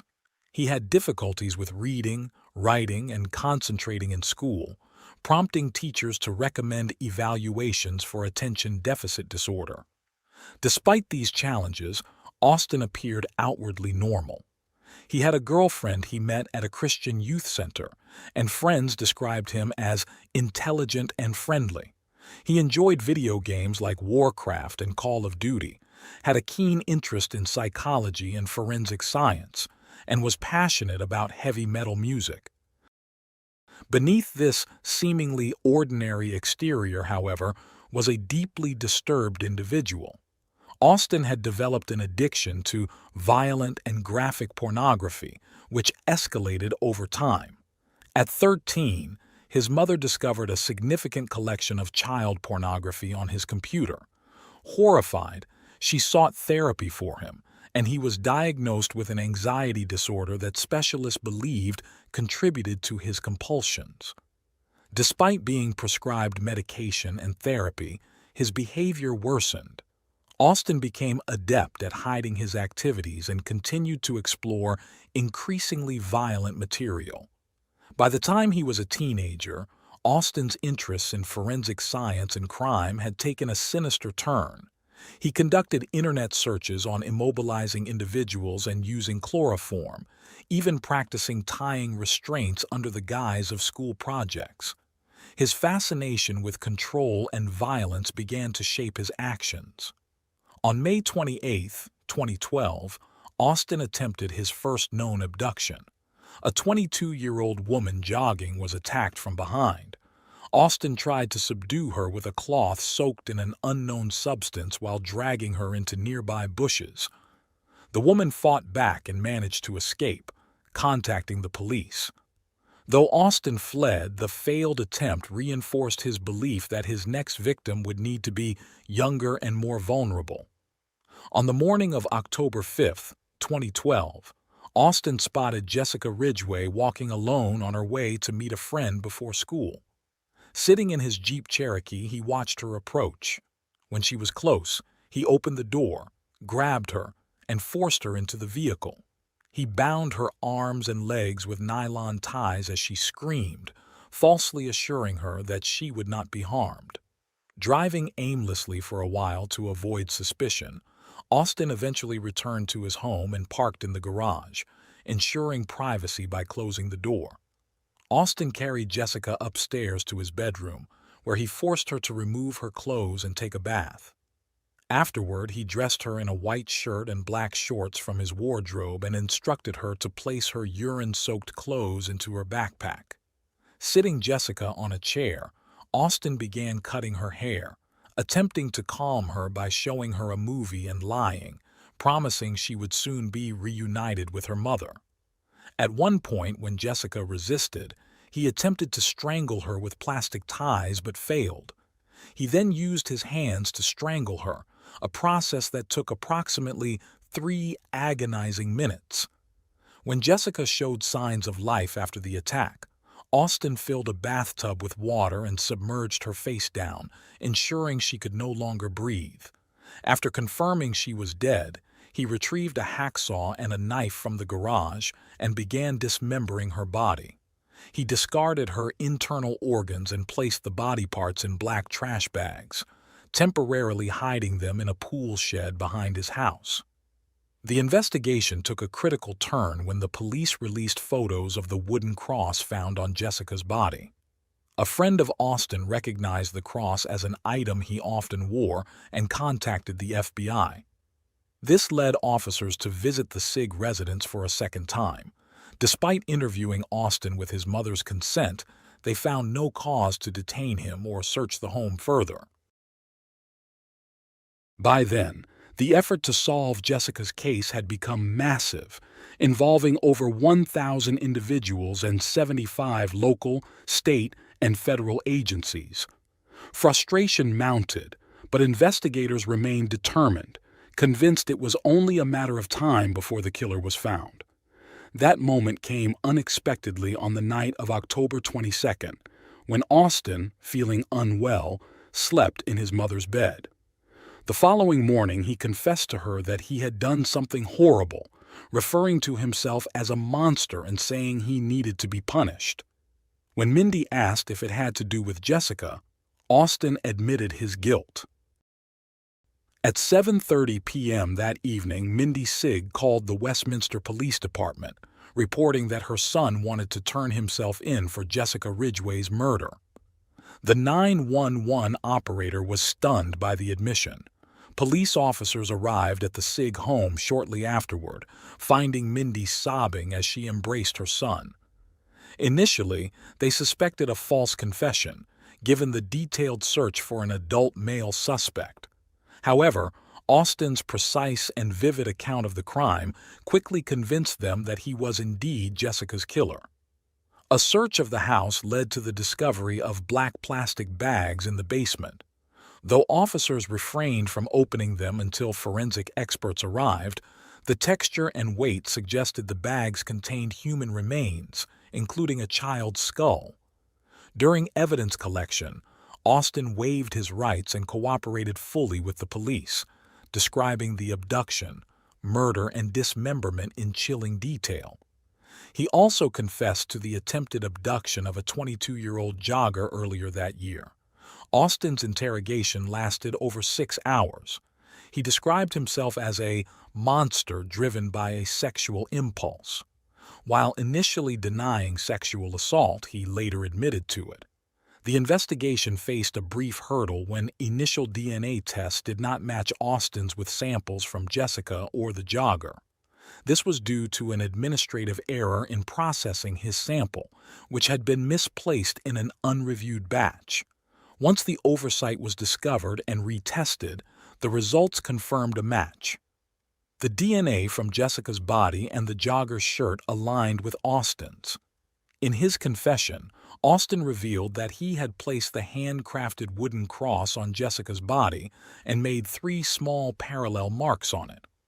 The specific details of the cross, details he could not have known unless he had placed it there, further solidified his guilt.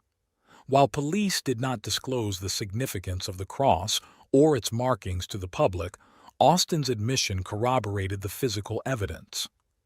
During questioning, Austin admitted that on October 5th, he went out hunting for a victim, encountering Jessica for the first time that morning. His confession brought the case to a close, uncovering a dark and deeply disturbing series of events that shocked the community and forever changed those involved. Austin admitted that he had chosen the location for the crime because he was familiar with the area, having attended Witt Elementary School as a child. He stated that from the beginning, his intent had always been to kill. By the time Jessica's mother, Sarah Ridgway, called the police on that fateful day, her daughter was already dead. On February 22, 2013, a preliminary hearing took place in court during which the horrifying details of the crime were revealed. As part of their defense strategy, Austin's legal team argued that he had endured a life filled with challenges and hardships. They referenced a fall his mother had suffered during her pregnancy, which they claimed affected his development, as well as a complicated birth that temporarily deformed his skull. They also noted that he had undergone multiple surgeries during his childhood and struggled with intestinal problems. Expert witnesses for the defense suggested that Austin's mental and emotional immaturity prevented him from fully understanding the gravity of his actions. However, prosecutors countered that his crimes were meticulously premeditated, citing the attempted abduction and Jessica's murder 4 months later as evidence of his calculated behavior. The judge dismissed the defense's arguments, stating that none of the claims could excuse the heinous nature of the crime. A clinical psychologist testified that Austin displayed behaviors consistent with necrophilic tendencies and confirmed that he had planned the crime in detail. The judge charged Austin with 18 counts related to Jessica Ridgway's murder and the assault on the jogger. 2 days before his trial was set to begin, Austin pleaded guilty to all charges. During the proceedings, as the district attorney described the details of Jessica's abduction and murder, her mother, Sarah Ridgway, left the courtroom, unable to endure the harrowing account. Defense attorneys objected to the explicit recounting of the events, arguing that the evidence was undisputed, prompting the judge to ask the prosecutor to move forward. On November 18, 2013, the sentencing phase began. Family members of the victim were given the opportunity to speak, sharing memories of the light Jessica brought into their lives and the pain caused by her brutal murder. In an emotional interview with Denver Channel, Jessica's grandmother expressed her sorrow, saying she couldn't imagine how Austin's mother could live with the fact that her son was capable of such an atrocious act. Since Austin was a minor at the time of Jessica's murder, he was ineligible for the death penalty. However, the prosecution pursued the harshest possible punishment to ensure that Austin would never be released from prison. On November 19, 2013, the judge sentenced Austin to life in prison without the possibility of parole for Jessica's murder. Before the sentence was finalized, defense attorneys argued that Colorado law required the judge to make Austin eligible for parole after serving 40 years, given that he was a minor when the crime was committed. The judge, however, rejected these arguments, stating that such a horrific case demanded a life sentence. He dismissed claims that a harsher sentence would be unconstitutional or constitute cruel and unusual punishment. Prosecutors supported the judge's position, contending that he had the authority to impose a longer sentence to reflect the gravity of the crime. Ultimately, Austin Sigg received a life sentence without parole, ensuring that he would spend the rest of his life behind bars for the brutal murder of Jessica Ridgway. Additionally, he imposed an additional 86 years for other crimes, including sexual assault of a child and charges related to the attack on the jogger. While delivering the sentence, the judge remarked that evil was indeed real and had taken form in their community on October 5, 2012, in the person of Austin Sigg. Following the sentencing, the district attorney expressed confidence that the punishment ensured Austin would never leave prison and could never again harm members of the community. Mindy Sigg, Austin's mother, broke down in tears several times as the horrific details of her son's crimes were recounted. However, as the sentence was pronounced, she looked at her son calmly. Austin chose not to address the judge before his sentencing and remained emotionless as the verdict was announced. The self-proclaimed monster, who had taken the life of a young girl with her entire future ahead of her, left the courtroom silently, shackled and under heavy guard. A year later, the Colorado Department of Corrections announced that Austin had been transferred to an undisclosed out-of-state prison to ensure his safety and privacy. According to a spokesperson, Such measures are not uncommon for high-profile inmates. Jessica's mother, Sarah Ridgway, stated that Austin did not deserve to know how deeply Jessica's death had affected their family. She added that once they left the courtroom, they would forget his name forever and focus only on remembering Jessica and the legacy of love she left behind. On the first anniversary of Jessica's disappearance, the Jessica Ridgway Memorial Park was opened in Westminster. Filled with purple accents, Jessica's favorite color, the park was a community effort by the same people who had united in the search for her a year earlier. On October 15, 2017, Sarah Ridgway and her family joyfully welcomed a new member, Anna Christine, Jessica's younger sister. Anna shares Jessica's middle name and beautiful blue eyes. According to Sarah, the family was overjoyed and certain that Jessica would have adored her little sister. Both Sarah and Jessica's grandmother plan to tell Anna about her older sister when she is old enough, ensuring the memory of Jessica is passed down without fear.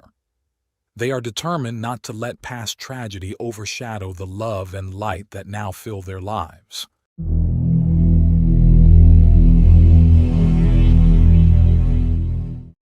Thanks for tuning in to Unreal True Crime. If you're intrigued by mysteries from around the world, check out our new channel, Latin Crimes, where we dive into the gripping true crime stories of Latin America. Don't miss out. Subscribe now for more thrilling investigations. Every day, we see the darker side of the world around us. We witness how people can hurt others in ways that are hard to understand. It's a sad part of life, but it's something we can't ignore. As someone who dives into the world of crime, I'm here to share the most shocking stories and try to understand what drives people to do such things. I'm Michael, and today, I've got another unreal true crime story for you.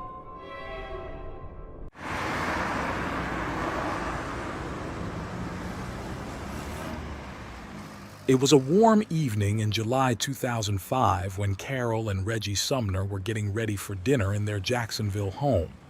They were enjoying a peaceful life together, looking forward to their future.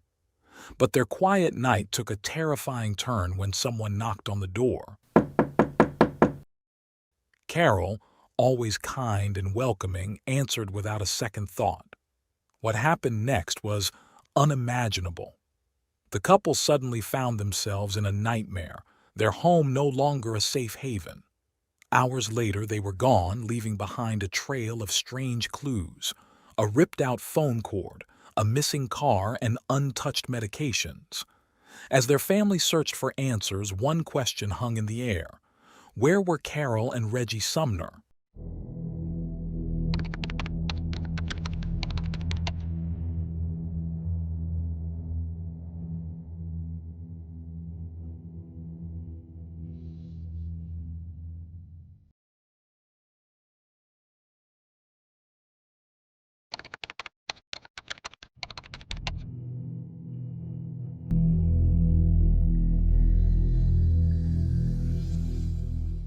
Carol Margaret Alford, born on February 16, 1944, grew up in North Charleston, South Carolina.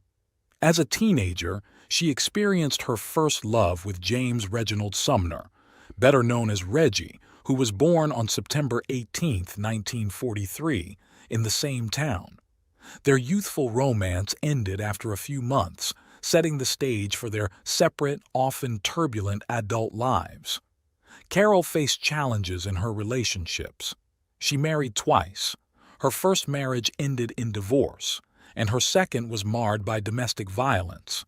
In February 1987, her second husband, defying a restraining order, showed up at her home and shot her 7 times. Despite her severe injuries, Carol survived, but her attacker took his own life when confronted by the police. Carol's 2 children, Rhonda and Frederick, were from her 2 marriages.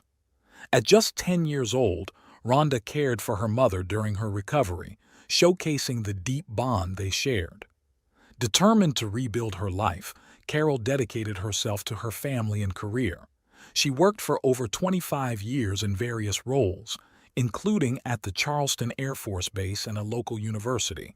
She also took on night shifts at Belk and a cable company to support her family. In the year 2000, a seemingly ordinary phone call to the cable company reconnected Carol with Reggie, her high school sweetheart. Reggie had served in the Navy and worked for the CSX Railroad after they lost touch. That call sparked a reunion, reigniting their long-lost feelings. By 2001, the couple, now in their late 50s, married in an intimate ceremony at Carol's home. Their children rejoiced, seeing Carol find happiness after years of hardship. The couple settled into a loving life together, becoming cherished members of their community in South Carolina. Among their neighbors was Tiffany Cole, a young woman born on December 3, 1981, in Florida. Raised in a large family, Tiffany moved to South Carolina during her childhood. Though her life was marked by hardships, including the loss of her father, Carol and Reggie stepped in to support her, treating her like one of their own. In 2005, due to health concerns and the need for a warmer climate, Carol and Reggie decided to move to Jacksonville, Florida. Carol had contracted hepatitis C during a blood transfusion after her shooting, which later led to liver cancer. Both she and Reggie also battled diabetes and osteoporosis. During their preparations, they sold their Chevrolet Lumina to Tiffany on a flexible payment plan, demonstrating their generosity. Moving to Florida was particularly hard for Rhonda, who remained in North Charleston. Despite the distance, she maintained daily contact with her mother. On July 10, 2005, Rhonda became alarmed when she couldn't reach her mother or Reggie for 2 days. Overwhelmed with worry, she traveled to their Florida home, where her fears intensified. Upon arrival, Rhonda found the house eerily quiet. The couple's medications, meals, and even their wheelchair and walking aids were left behind. Their beloved dog, Mickey, had been left unattended. Knowing they couldn't have left under such circumstances, Rhonda reported their disappearance to the authorities. The police quickly launched an investigation, noting missing items and the absence of the couple's car. 2 days after the initial investigation began, authorities located the Sumner's car nearly 50 miles from Jacksonville. The vehicle was unlocked, and the keys were missing. While examining the couple's home, investigators uncovered a bank statement showing a substantial account balance. This prompted a review of recent transactions, revealing multiple suspicious withdrawals. Acting swiftly, the police contacted the bank and froze the accounts to prevent further access. Later, the police received a puzzling call. The caller, claiming to be Reggie Sumner, explained that he was out of town attending his sister-in-law's funeral and had been alerted by a neighbor about his garage being open. He also mentioned losing access to his bank accounts and credit cards. However, the officer who took the call immediately sensed something was off. The voice sounded far too young to belong to a man in his 60s. When asked to speak with Carol, a young female voice responded. Suspicious, the officer inquired about contacting family members to confirm their story, but the caller claimed their relatives lived in another state. Using the phone number from the call, investigators traced it to a young man named Michael James Jackson, 23 years old. Records showed his phone had been active near the Sumners' residence on the day they disappeared. Further investigation revealed numerous calls to a car rental agency where Tiffany Cole, a neighbor of the Sumners, had rented a Mazda. The car had not been returned but was equipped with a GPS tracker. Authorities reached out to Tiffany's family, and her brother provided her address. Meanwhile, the GPS data showed the rented Mazda had been near the Sumners' home on the night they vanished. Surveillance footage corroborated this, capturing Michael withdrawing cash from ATMs with the Mazda in the background. The trail led investigators to a Best Western hotel in Charleston, where Tiffany had rented 2 rooms. On July 14th, police detained Tiffany, Michael, and 2 other individuals, Bruce Nixon and Alan Wade, both 18 years old. A search of the hotel rooms uncovered incriminating evidence, including the Sumners' belongings. Reggie's bank card was found in Michael's pocket, and the Mazda's trunk contained Reggie's coin collection, personal documents, and a checkbook. Newly purchased items and a laptop were also discovered. Tiffany was arrested shortly afterward near her home. She still had possession of the Chevrolet Lumina the Sumners had sold her. The family of Carol and Reggie was devastated to learn that Tiffany, someone they had treated like a daughter, could betray them so horrifically. Alongside Tiffany and Michael, Bruce and Alan were also taken into custody. The first to break under questioning was Bruce Nixon. He detailed the plan and revealed what had happened to Carol and Reggie. The plot began in June 2005 when Tiffany and Michael visited Alan in Jacksonville. During their stay, Tiffany contacted the Sumners to ask if they could stay the night, to which the couple gladly agreed. During the visit, Carol and Reggie mentioned the $99,000 they had earned from selling their South Carolina home, a fact that sparked a sinister scheme. Tiffany and Michael recruited Bruce and Alan to help execute their plan. They believed the Sumners, with their health issues and predictable routines, would be easy targets. On the night of July 8, 2005, armed with duct tape and plastic bags, they arrived at the Sumners' home in the rented Mazda, intentionally avoiding the Lumina to reduce suspicion. As they approached the Sumners' home, Tiffany and her boyfriend Michael stayed in their car, parked discreetly down the street. Alan and Bruce, the other accomplices, walked to the front door and knocked. Inside, Reggie and Carol were preparing fried chicken when they heard the sound. Carol answered, greeted by the 2 young men who politely asked to borrow the phone. Trusting and kind, she allowed them inside. Once inside, the situation quickly turned sinister. Alan ripped the phone cord from the wall, and Bruce brandished a toy gun, threatening the couple. They forced Carol and Reggie into the bedroom, where they bound and gagged them with duct tape.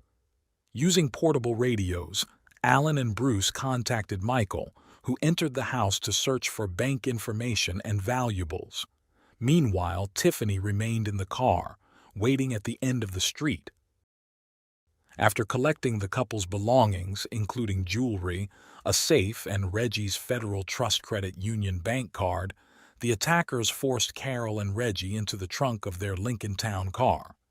Reggie was dressed in pajamas with an ankle brace, and Carol, frail from her liver cancer treatments, was visibly weak. The perpetrators then loaded additional stolen items into the rented Mazda Tiffany was driving. The 2 vehicles departed, with Alan and Bruce driving the Lincoln, the Sumners trapped in the trunk, and Tiffany and Michael following in the Mazda. Their destination was a remote wooded area in southern Georgia, chosen days earlier for its isolation. The group had agreed that if a police officer stopped them, the Mazda would accelerate away to create a diversion, but no such encounter occurred. Upon arriving at the secluded site, the vehicles separated. 2 days prior, armed with stolen shovels and flashlights provided by Tiffany, the group had dug a large, shallow grave, about 5 feet deep and covering roughly 2 square meters. The Lincoln pulled up near the hole, and the attackers opened the trunk, dragging the terrified couple out. Reggie was strangled and coerced into revealing his bank account PIN. Then, bound and helpless, Reggie and Carol were thrown alive into the grave. As dirt was shoveled over them, they struggled in vain to free themselves, their muffled cries silenced by the suffocating weight of soil. Clinging to one another in their final moments, Carol and Reggie, who had hoped to live out their rekindled love, faced a horrifying end. Satisfied, Michael returned to the car, elated at having obtained the PIN. The group drove off, abandoning the Lincoln in Sanderson, Florida, before continuing their journey in the rented Mazda. They made a stop at an ATM to withdraw money using Reggie's account, then headed to a hotel to celebrate. Over the following days, they pawned Carol's jewelry, used her bank account, and spent thousands of dollars. They even rented a limousine and posed for photos, flaunting wads of cash and sipping champagne in a grotesque display of triumph. Meanwhile, Tiffany and Alan returned to the Sumners' home with bleach and rubber gloves to clean the scene and steal additional items, including a computer. By July 16th, investigators armed with confessions from the detained suspects located the burial site and recovered the victims' bodies. The four were charged with first-degree murder, armed robbery, and kidnapping. The trial began in October 2007. The prosecution presented damning evidence, including the testimony of Dr. Anthony Clark, a forensic pathologist, who confirmed that Carol and Reggie had been buried alive. The details horrified the courtroom, underscoring the cruelty of the crime. From the stand, Bruce tearfully apologized to the victims' families, expressing deep regret. Having pleaded guilty to second-degree murder, he claimed his youth and fear influenced his actions. His family also pleaded for leniency, with his mother and sister testifying that he was a good person who made a terrible mistake. In a powerful moment, Carol's daughter addressed the court. Speaking on behalf of her family, she stated that they had forgiven Bruce, believing her mother and Reggie would not have wanted him to spend his life in prison. She asked the judge for mercy, demonstrating extraordinary compassion in the face of unimaginable loss. Bruce Nixon's confession and subsequent testimony against his accomplices ultimately sealed the fate of the other defendants, offering some measure of relief to the grieving Sumner family. The prosecution built a damning case against Michael, highlighting his active role in both planning and executing the crime. Surveillance footage captured him purchasing rubber gloves with his co-conspirators, and his initial police interrogation revealed chilling details. Michael admitted knowing about the pre-dug grave before the robbery and described standing by with a flashlight as Bruce and Alan buried the Sumners alive. Despite his attempts to downplay his role, the prosecution argued that his presence and actions demonstrated a complete disregard for human life. Cell phone records placed Michael near the burial site at the time of the murders, and evidence showed he called the Sumners bank from the scene. He was also caught on camera using Reggie's ATM card shortly after the crime. The jury saw this as clear evidence of his culpability. Tiffany Cole's defense focused on portraying her as an impressionable young woman led astray by Michael's influence. Her lawyers argued that she was unaware the grave would be used to kill the Sumners, believing it was meant to hide stolen property. They presented testimony from a psychiatrist who claimed Tiffany suffered from mental health issues and had a history of substance abuse. However, the prosecution painted a different picture, emphasizing her critical role in the crime. Tiffany had driven the group to the Sumners' home, purchased duct tape and gloves used during the attack, and pawned stolen jewelry. Most damning of all, she had impersonated Carol in a phone call to police, attempting to convince authorities that the Sumners were still alive. Her participation in celebrating the crime, documented in photographs of the group posing with wads of cash and champagne, shocked the court. The judge emphasized Tiffany's deep involvement, noting she held the flashlight during the grave's excavation, escorted the killers to the Sumners' home, and actively facilitated the robbery and murders. Her actions, he said, were deliberate and calculated. On October 19, 2007, after less than 90 minutes of deliberation, the jury found Tiffany guilty of first-degree murder. 9 of the 12 jurors voted for the death penalty. In March 2008, Tiffany Cole, then 25, was sentenced to death by lethal injection, along with life imprisonment for the kidnappings and 15 years for each count of robbery. Michael, also 25, and Alan Wade, 20, received death sentences. Bruce Nixon, who had cooperated with investigators and testified against the others, pleaded guilty to second-degree murder. Initially facing a life sentence, Bruce's cooperation and expressions of remorse led the judge to reduce his sentence to 45 years. The convictions were followed by a series of appeals. Tiffany's first appeal in 2010 was denied. In 2015, during another appeal, she gave an interview to journalist Diane Sawyer, claiming she had found peace and become a changed person. However, the prosecutor remained unmoved, stating that in over 20 years of his career, he had never encountered a crime as heinous as the torture and murder of the Sumners. Tiffany's defense in the appeal argued ineffective legal representation during her trial. Her lawyer criticized her original defense team, claiming they were unprepared. One of her attorneys allegedly sought a plea deal and lacked readiness for trial when Tiffany rejected the state's offer. The other attorney joined the case just a month before trial and had only recently become certified to handle death penalty cases. Despite these arguments, Florida law holds all participants in a crime equally culpable if their actions contribute to the outcome, even if they did not directly cause a victim's death.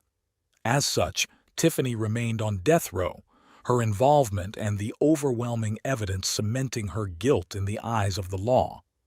Bruce Nixon's detailed confession and his cooperation with authorities were pivotal in convicting his co-defendants. For the Sumner family, his actions provided some closure amidst their immense loss.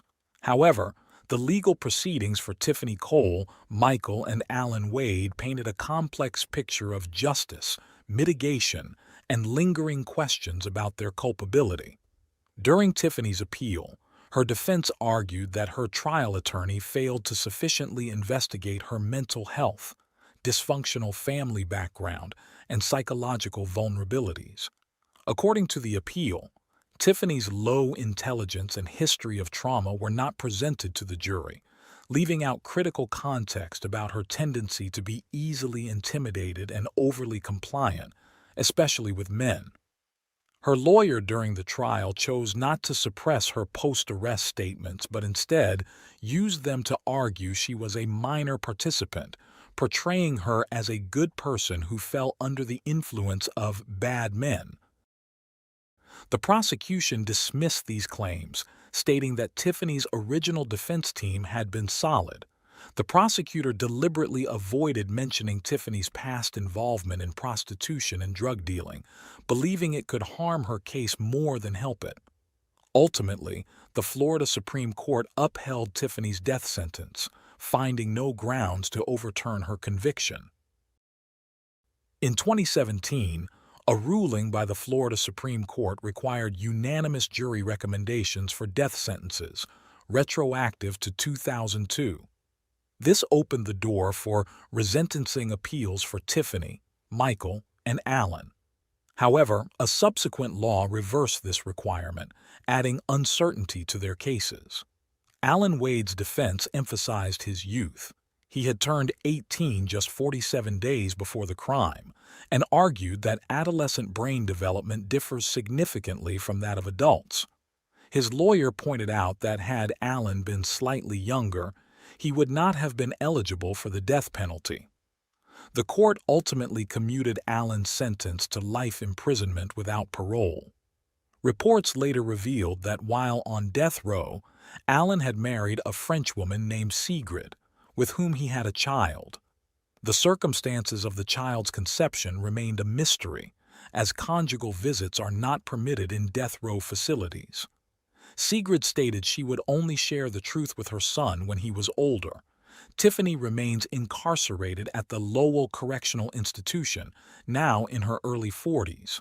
Though she was sentenced to death in 2008, she has continued to seek resentencing. Michael's original jury had recommended the death penalty with an 8-4 vote, which no longer met the new standard for unanimity. However, under Florida's updated law, unanimous jury decisions are no longer required for capital punishment, complicating his prospects. For Carol and Reggie's family, the legal outcomes brought mixed emotions. While the sentences offered a sense of justice, they could not erase the pain of their loss. Carol's children, Rhonda and Frederick, shared how they sometimes imagined their mother on the other end of a phone call, only to be struck again by the reality of her absence. Rhonda spoke publicly about her family's decision to forgive the perpetrators, stating that she believed her mother and Reggie would have shown compassion as well. She even formed friendships with the families of Tiffany, Alan, and Bruce, finding healing in forgiveness. For Rhonda, focusing on how her loved ones lived rather than how they died brought her peace. Carol and Reggie's ashes remained together in an urn at Rhonda's home. A headstone in a nearby cemetery honors their memory with the inscription, "Together, Forever." Their murder shocked all who knew them, leaving an indelible mark on the community. The crime gained national attention, covered extensively by the media, and featured in a 2011 episode of Deadly Women on Discovery Channel. Despite the tragedy, Carol and Reggie's enduring love serves as a poignant reminder of their strength and the bonds they cherished until their final moments.